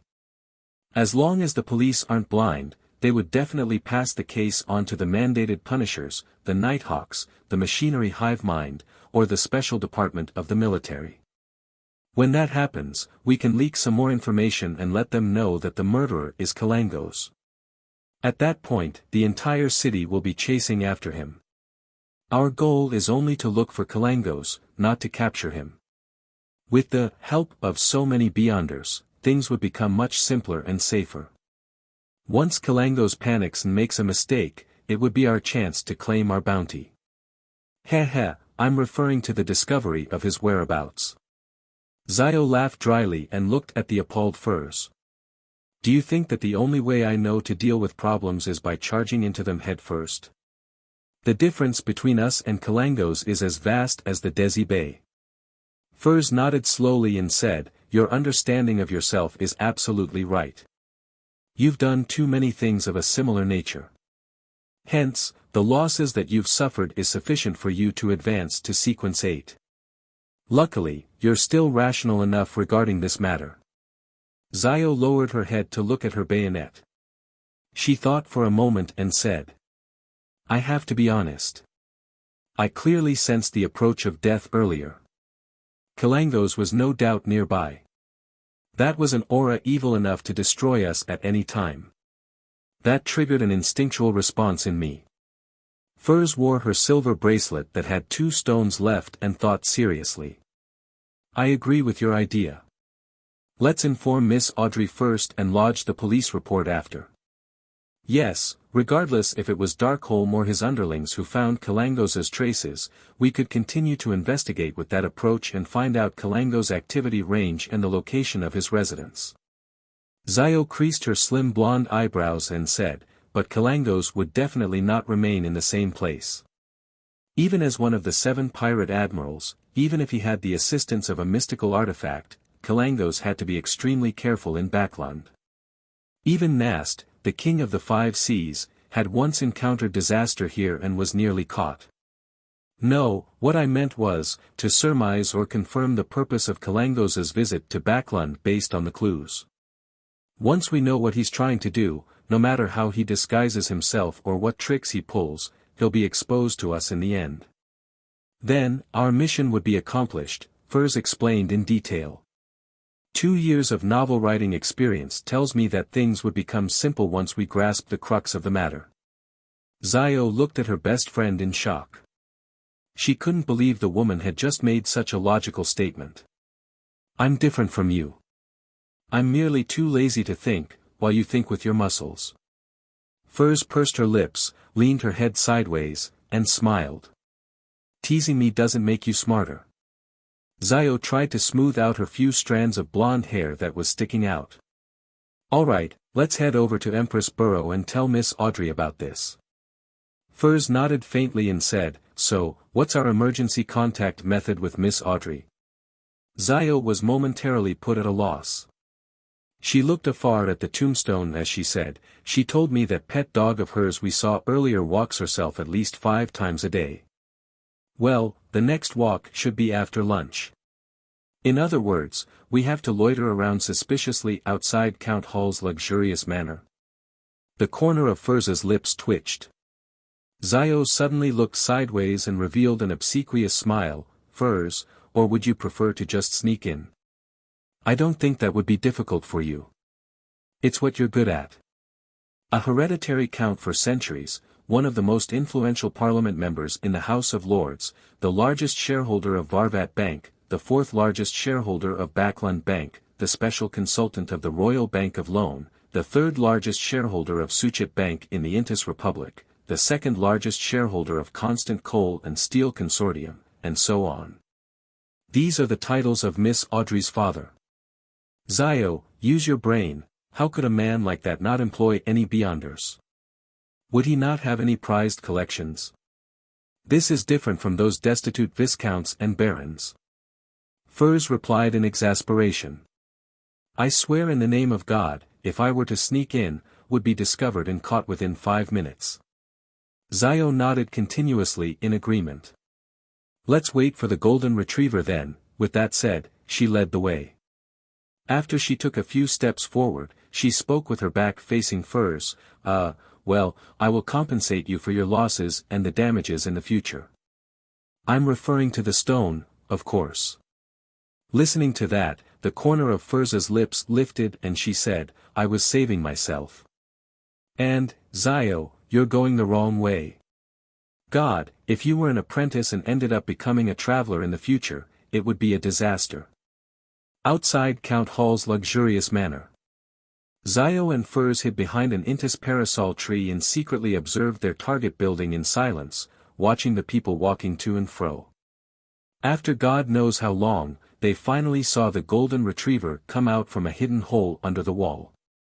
It pricked up its ears and looked to its left and right, appearing very cautious. Just as Susie started taking its walk happily, a black male dog popped up from nowhere. It fawned on Susie and started running around in circles. This is the first time I'm seeing a dog show such a human-like reaction. Just how much does it hate that black dog? Zio sighed. She could tell from Susie's gaze and facial expression that there was obvious detest. Furs smiled and said, it's just like encountering a rash, disgusting, and persistent lecher.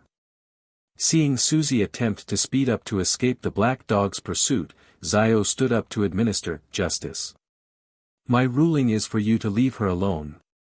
Zio shouted with a mask of solemnity. The black dog was taken aback and immediately scampered away with its tail between its legs. Susie let out a breath of relief and slowed down. It barked politely and wagged its tail. That was close, I nearly said, thank you, to them. The golden retriever thought in joy. That would have been a very awkward situation. A melodic tune slowly came to a halt as Audrey picked up the latest intelligence Zio and Furs had delivered and read it with knitted brows. She closed the piano cover and stood up elegantly. She paced back and forth in her piano room and considered her next course of action.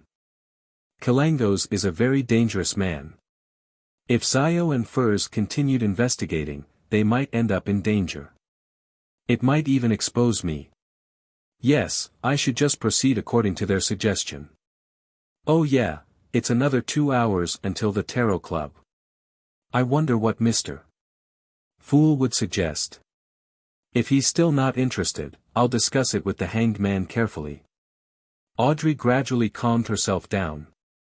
This was the first time she had encountered, or perhaps was described as being placed in such a perilous situation. There was already 1 death. 3 in the afternoon.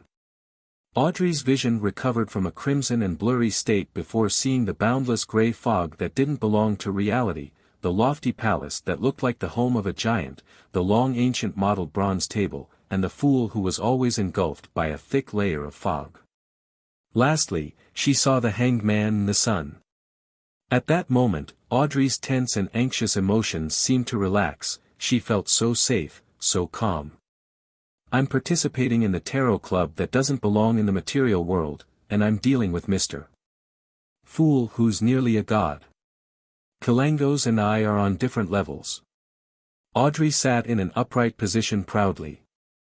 She lifted her chin slightly and greeted cheerfully, Good afternoon, Mr. Fool. Good afternoon, Mr. Hanged Man. Good afternoon, Mr. Sun. After they greeted one another, Klein saw that Miss Justice was indicating her desire to speak, therefore, he nodded faintly to express his permission. Honorable Mr. Fool, I wonder if your adorer has received the compensation of £300? Audrey asked, holding back her urge to talk about Kalangos while she showed concern over her leader's adorer. Klein smiled and said, I didn't pay close attention to this matter. But as my adorer didn't request for additional help, I suppose he has already received it. Yes, I've checked multiple times. There are £300 lying in my anonymous bank account. Klein added in his head happily. That's great. Audrey relaxed and looked across her. Mr. Hanged Man, there's been progress regarding Kalangos. Alger suddenly sat up straight. He couldn't hide his excitement as he asked, where is he? Unfortunately, he noticed our investigations just after we discovered his tracks. He killed one of the personnel involved. Audrey repeated the highlights of Zio's and Furza's story and explained their follow-up plan in detail. Alger nodded faintly and said, I'll pay close attention. Then, he turned to the side and looked towards the seat of honor at the long bronze table. Under the vacant gaze of the son, Derek, who listened but didn't understand anything, he said, Honorable Mr. Fool, if I were to find out Kalangos' true intention in the very important and magical item that he intends to obtain, please allow me to recite your name and inform you through the ritual. He didn't repeat his request for the fool's adorer to provide him assistance. As he brought it up before and the fool had given his answer, there was no need to harp on the topic. Otherwise, it might provoke the god. Hence, Alger made it clear that his intention was only to report his findings. If the final temptation was sufficient, he believed that Mr. Fool's adorer would definitely appear. That works? Audrey widened her eyes. I should have asked for the right to report as well. I might be able to gain Mr. Fool's guidance occasionally. She thought with regret. Under everyone's gaze, Klein leaned back into his chair and nodded faintly. He replied slowly, You may. Chapter 179 Praising Mr. Fool. Alger heaved a sigh of relief when he heard the fool's answer. He lowered his head and humbly said, Please allow me to thank you in advance. That's because I'm also curious about the item Kalangos is searching for. I want to know about the item that can allow a Sequence 6 Wind Blessed to have the strength of a Sequence 4. I'm also curious about what a pirate admiral is going to do in Backland. Klein smiled, maintaining his profound posture. It's not like I've promised to provide assistance after I hear your prayers. He emphasized in his heart. But now, he was a lot more confident than before. Now, he had actual allies and the mysterious Mr. Azek, who was currently in Backland. If it was absolutely necessary, Klein was willing to use the bronze whistle to enlist the help of Azek. Of course, he definitely wouldn't mention the Tarot Club. He would probably say he got information from some random source. There were still two problems that existed in this matter. First, Klein was only limited to a cooperative relationship with Azek. It wasn't necessarily the case that Azek would provide assistance unless he was interested in what Kalangos was doing or the mystical item that he was after. Second, Klein was unsure of just how powerful Azek was. Even if he had made the assumption that Azek was a high-sequence beyonder, he had to consider the fact that his memory loss might have weakened his abilities. After all, knowledge was usually equated with power, and the lack of knowledge would definitely diminish Azek's power. If that was the case, Klein couldn't guarantee that Azek could deal with Kalangos, especially with the latter wielding the creeping hunger. Klein was afraid that he would be placing Azek in danger, so he was unwilling to trouble Azek unless he absolutely had to. Now that I think about it, Mr. Azek's terrifying messenger can be summoned with the bronze whistle. No, that thing doesn't look like a messenger at all, it could take the role of an evil boss. So, even if Mr. Azek cannot beat the creeping hunger augmented Kalangos, he should be able to defend himself easily and have enough power left to save the Hanged Man, Miss Justice, and her partners. Klein shifted his posture as he thought, still leaning against the back of his chair. He propped his right leg over his left. The hanged man Alger looked at the fool and spoke once again, "I'm about to receive a batch of pages from Emperor Rosel's diary. I believe that I can present them to you in the next gathering, or the gathering after that." According to the arrangement of the Church of the Lord of Storms, Pritz Harbor was under the jurisdiction of the Backlund Diocese. Thus, Alger could enter the capital and wait for Rear Admiral Hurricane Kalangos to show himself under the guise of reporting about his previous voyage. Backlund had been the headquarters of the Church of the Lord of Storms until the end of the last epoch, having shifted their holy altar to Pasu Island only after the establishment of the Lone Kingdom. Regardless, the status of the Church of the Lord of Storms in Backlund was second only to the headquarters of the 7 great churches. One could imagine the information the Church of the Lord of Storms held. Under these circumstances, Alger was confident that he would be able to collect pages of Emperor Rosel's diary in the name of research. After all, they were indecipherable at present.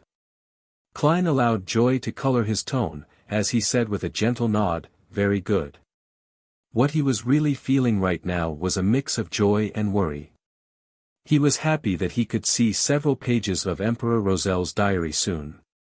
They might contain a lot of useful information, but he was also worried about what he had to give the hanged man in return. After all, no one knew if the hanged man would be interested in the contents of the diary, or if the content was valuable enough. Even a seer is unable to determine that in advance. Must I really let my adorer help him? Klein gave a silent sigh.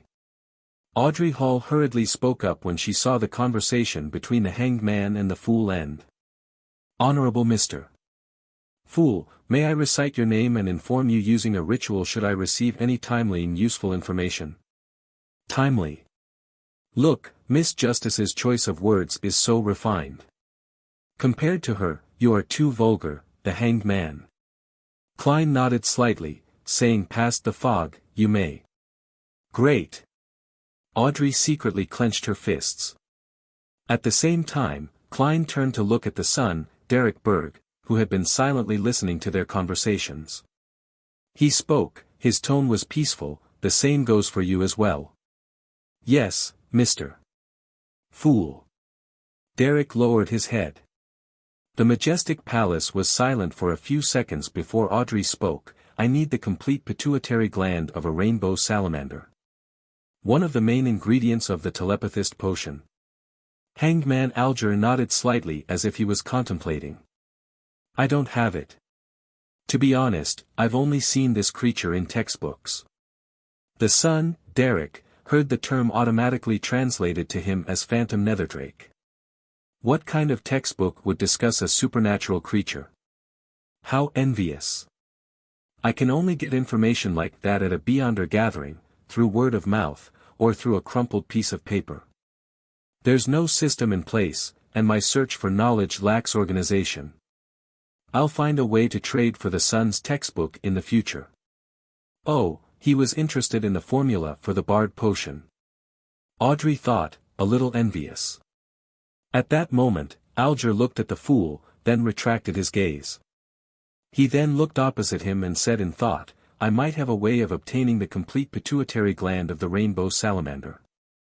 Without waiting for Audrey to speak, he added on, "But it's under the premise that Kalangos is found. When the time comes, the complete pituitary gland of the rainbow salamander would be equivalent to the extra compensation that I owe you. Miss Justice, you might not know, but these creatures are nearly extinct, and we can only find traces of them in primitive islands in the Sea of Fog, the Berserk Sea, or the Sonia Sea. Not many people have the coordinates to these islands. If you're interested, we can make a deal, for I am one of the few who knows how to get there. I'm also interested in those primitive islands." Klein silently listened to their conversation. Thinking about the extinction of the rainbow salamander, he suddenly recalled the joke he cracked with old Neil, the Dragons and Giants Protection Association.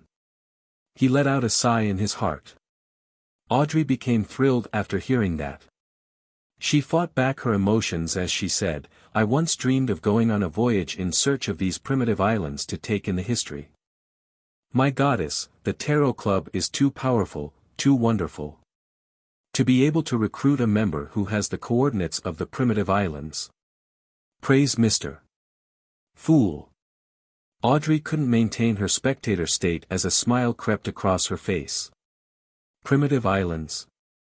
Klein froze for a moment, then thought about a page of Emperor Rozel's diary that he had seen, the one where the emperor described himself as a pirate king. He said that he discovered an unnamed island with many supernatural creatures when he and his 4 horsemen of the apocalypse were traversing the Sea of Fog on an unsafe sea route. Could that be the so-called primitive island? How unfortunate, the great emperor didn't include any coordinates in his diary. Perhaps the information will be in some future pages, but as of now, I haven't received any pages of his diary in chronological order. Klein was filled with regret and anticipation. The son Derek was already confused by the terms Sea of Fog, Berserk Sea, Sonia Sea, Primitive Island, etc. He felt more and more certain that Miss Justice and Mr. Hangman belonged to a different world than he did. After collecting herself for a few seconds, Audrey asked curiously, does the near extinction of the rainbow salamander mean that the spectator pathway will be severed soon? No, there will definitely be substitute materials. Alger gave a definite answer. What substitute materials are there? Audrey's eyes brightened as she asked. Alger shook his head, replying without revealing certain profound truths, I don't know. Perhaps the members of the psychology alchemists might know. Then how can you be so sure that there will be substitute ingredients? Audrey didn't understand. Alger laughed and said, you will understand in time. Or do you have something to trade for the information right now? I guess I'll wait. Audrey pouted and sighed. She also dismissed the idea of asking Mr. Fool. There's no use in me knowing for the time being. The Hanged Man will definitely ask about something regarding Rear Admiral Hurricane, and I cannot be dragged too deep into that matter. She suddenly felt like praising her intellect. But what she never expected was that Mr. Fool was feeling very disappointed at that moment. Klein was rather curious about the secrets which Alger's words held. Unfortunately, Miss Justice, who was the best assist all this while, didn't choose to go through with the transaction. No matter what method they chose to perform a transaction, the contents of the deal couldn't be hidden from the owner of the fog. Well, even if the rainbow salamander is nearing extinction, the psychology alchemists are still giving out formulas listing it as an ingredient instead of providing a substitute. Does this mean that the psychology alchemists are in possession of the coordinates of certain primitive islands? Or could they be working together with an organization that has the coordinates? Klein wondered. After the end of the transaction discussions, Klein looked around, then turned to the sun. He asked in a gentle tone, does the City of Silver still believe in gods? Klein was merely an official member of the Nighthawks and had no access to deeper mysticism knowledge. An example would be sacrificial rituals. Thus, in order to refine his understanding of performing sacrificing dedicated to himself, to move materials in the mysterious space above the gray fog, as a sequence 8, Klein needed to learn it as soon as possible from other sources. He came up with 3 methods after continuous consideration. First, he was going to ask Spirit Guide Daly, who was adept at ritualistic magic whilst also being a deacon. But this might invite suspicion from her, thus, Klein could only patiently wait for an opportunity. Second, he could ask Mr. Azek, but Klein couldn't guarantee that he would be able to recall the knowledge in this area. Third, he was going to use a roundabout way to ask Sun, who lived in the City of Silver. Klein already had an idea of how he was going to do it while effectively maintaining his image. Whatever he asked would be tied to the gods. Derek replied in a respectful tone, we still believe in the Lord that created everything, the omnipotent and omniscient God. Chapter 180. A smart person always overthinks. Upon hearing the fool's question, Audrey perked up her ears and entered her spectator state. She waited for the sun to answer.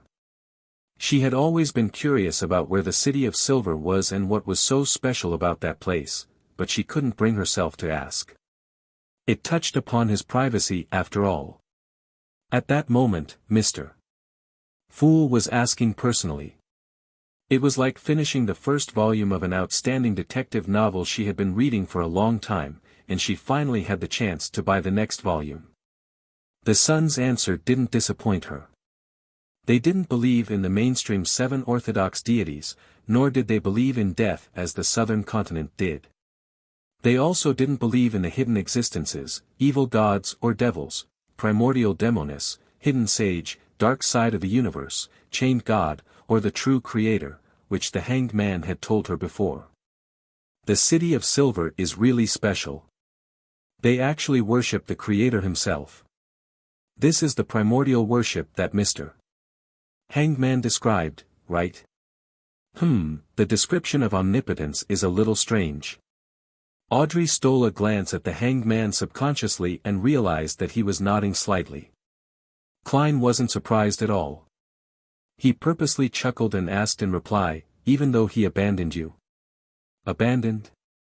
The creator abandoned the City of Silver? Alger was shocked. When he made the connection regarding a particular term. The Forsaken Land of the Gods. In the confidential information of the Church of the Lord of Storms, at the security clearance level that Alger, who was captain, equivalent to the bishop level, could access, the Forsaken Land of the Gods had always only been a name with no actual description. However, it clearly pointed towards the end of the Sonia Sea. From what he knew, even the cardinals at the core of the church had no idea what the Forsaken Land of the Gods represented. But only the leader of the church, the proxy of the Lord of Storms, knew something about the situation and seemed to be taking charge of the hidden mission to look for the Forsaken Land of the Gods.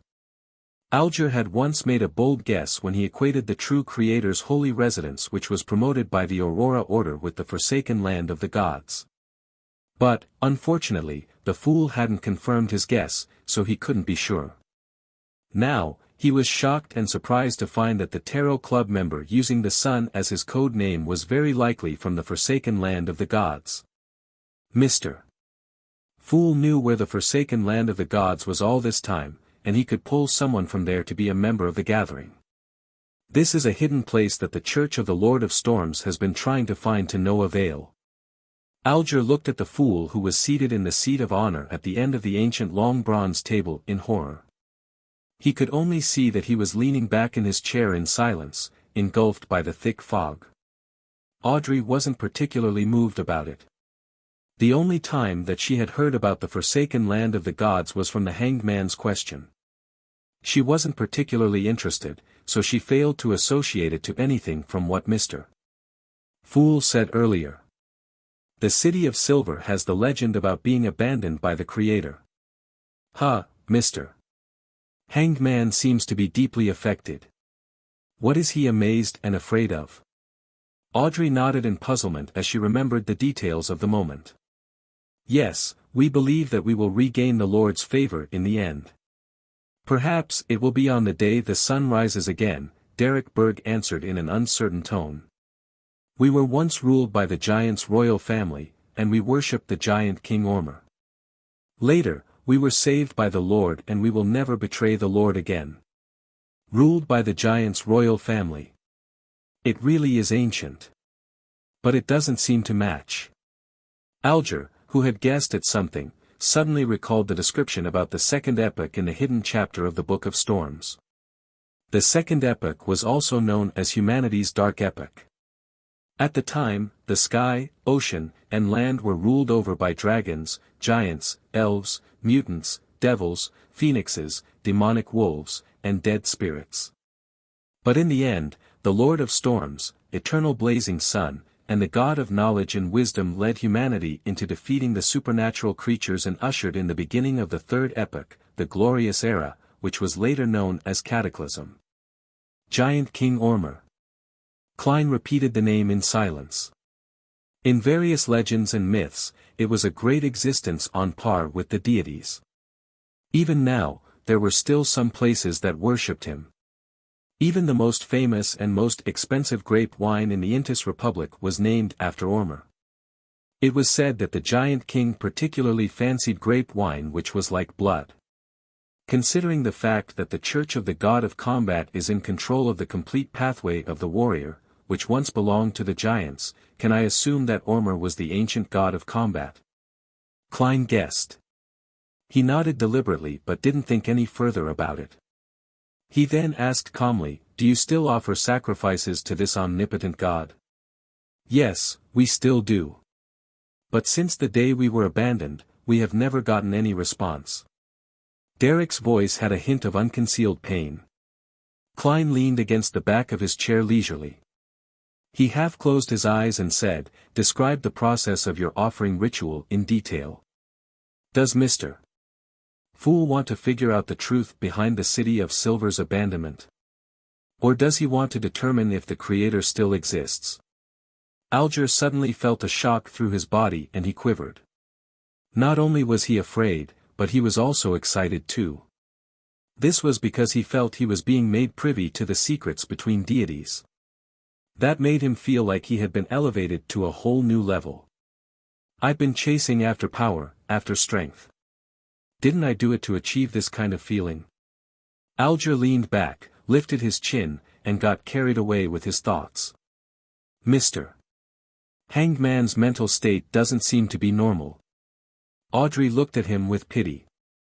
She finally understood that there might be some sort of shocking secret behind the communication between Mr.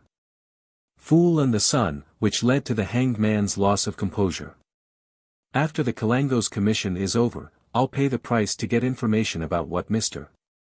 Hanged Man learned today. I wonder if he would be willing to." Audrey thought in anticipation, yet was still a little worried. Derek didn't notice the weight that was hanging on his answer as he replied frankly, "We build opulent altars covered in the Lord's symbol. Every time we receive a bumper black-faced grass harvest, we hold a sacrificial ritual. We use the monsters we capture in the depths of the darkness to use as sacrificial offerings.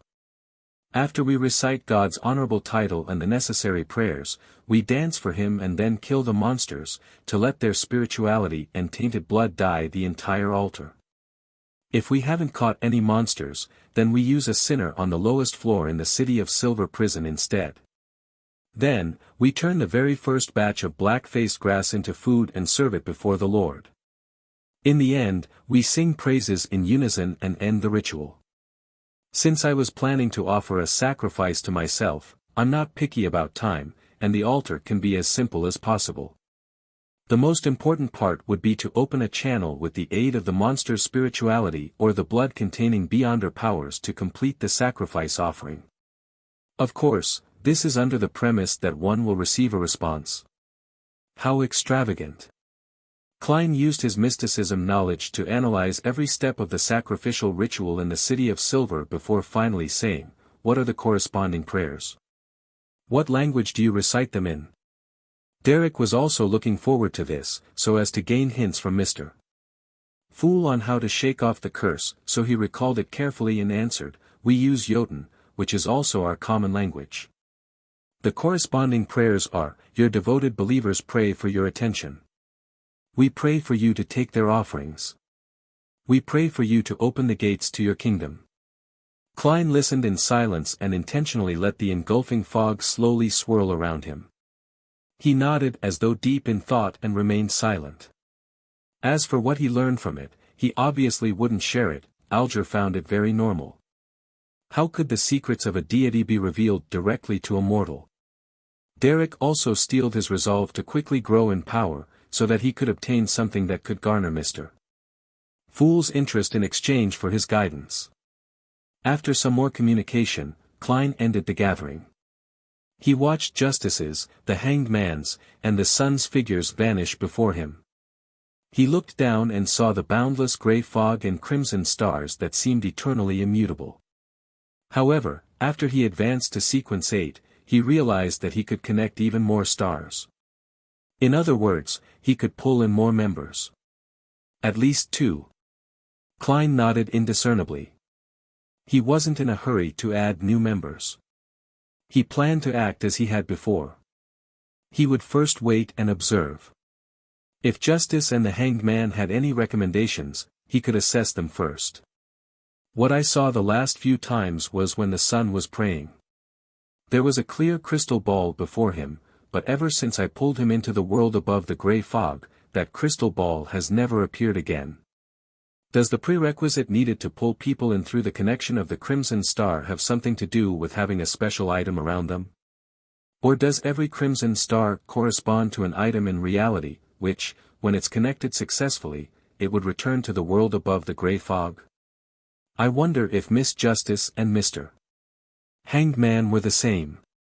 Let's just assume that's the case. In that case, if people without this special item were to recite, "The fool that doesn't belong to this era, the mysterious ruler above the grey fog, the king of yellow and black who wields good luck," and allow me to hear their prayers, would I be able to pull them in? I can give it a try in the future. Klein didn't stay any longer. He wrapped himself with spirituality and stimulated a descent, leaving behind the lofty palace, the ancient table, and the 22 high-backed chairs which sat immutably above the grey fog. He had mastered the overflowing power of the clown potion and eliminated the corresponding negative effects. Therefore, he wanted to try the ritual to summon himself. I wonder what I'll conjure this time. Klein thought in anticipation and fear as he fell through the mad ravings.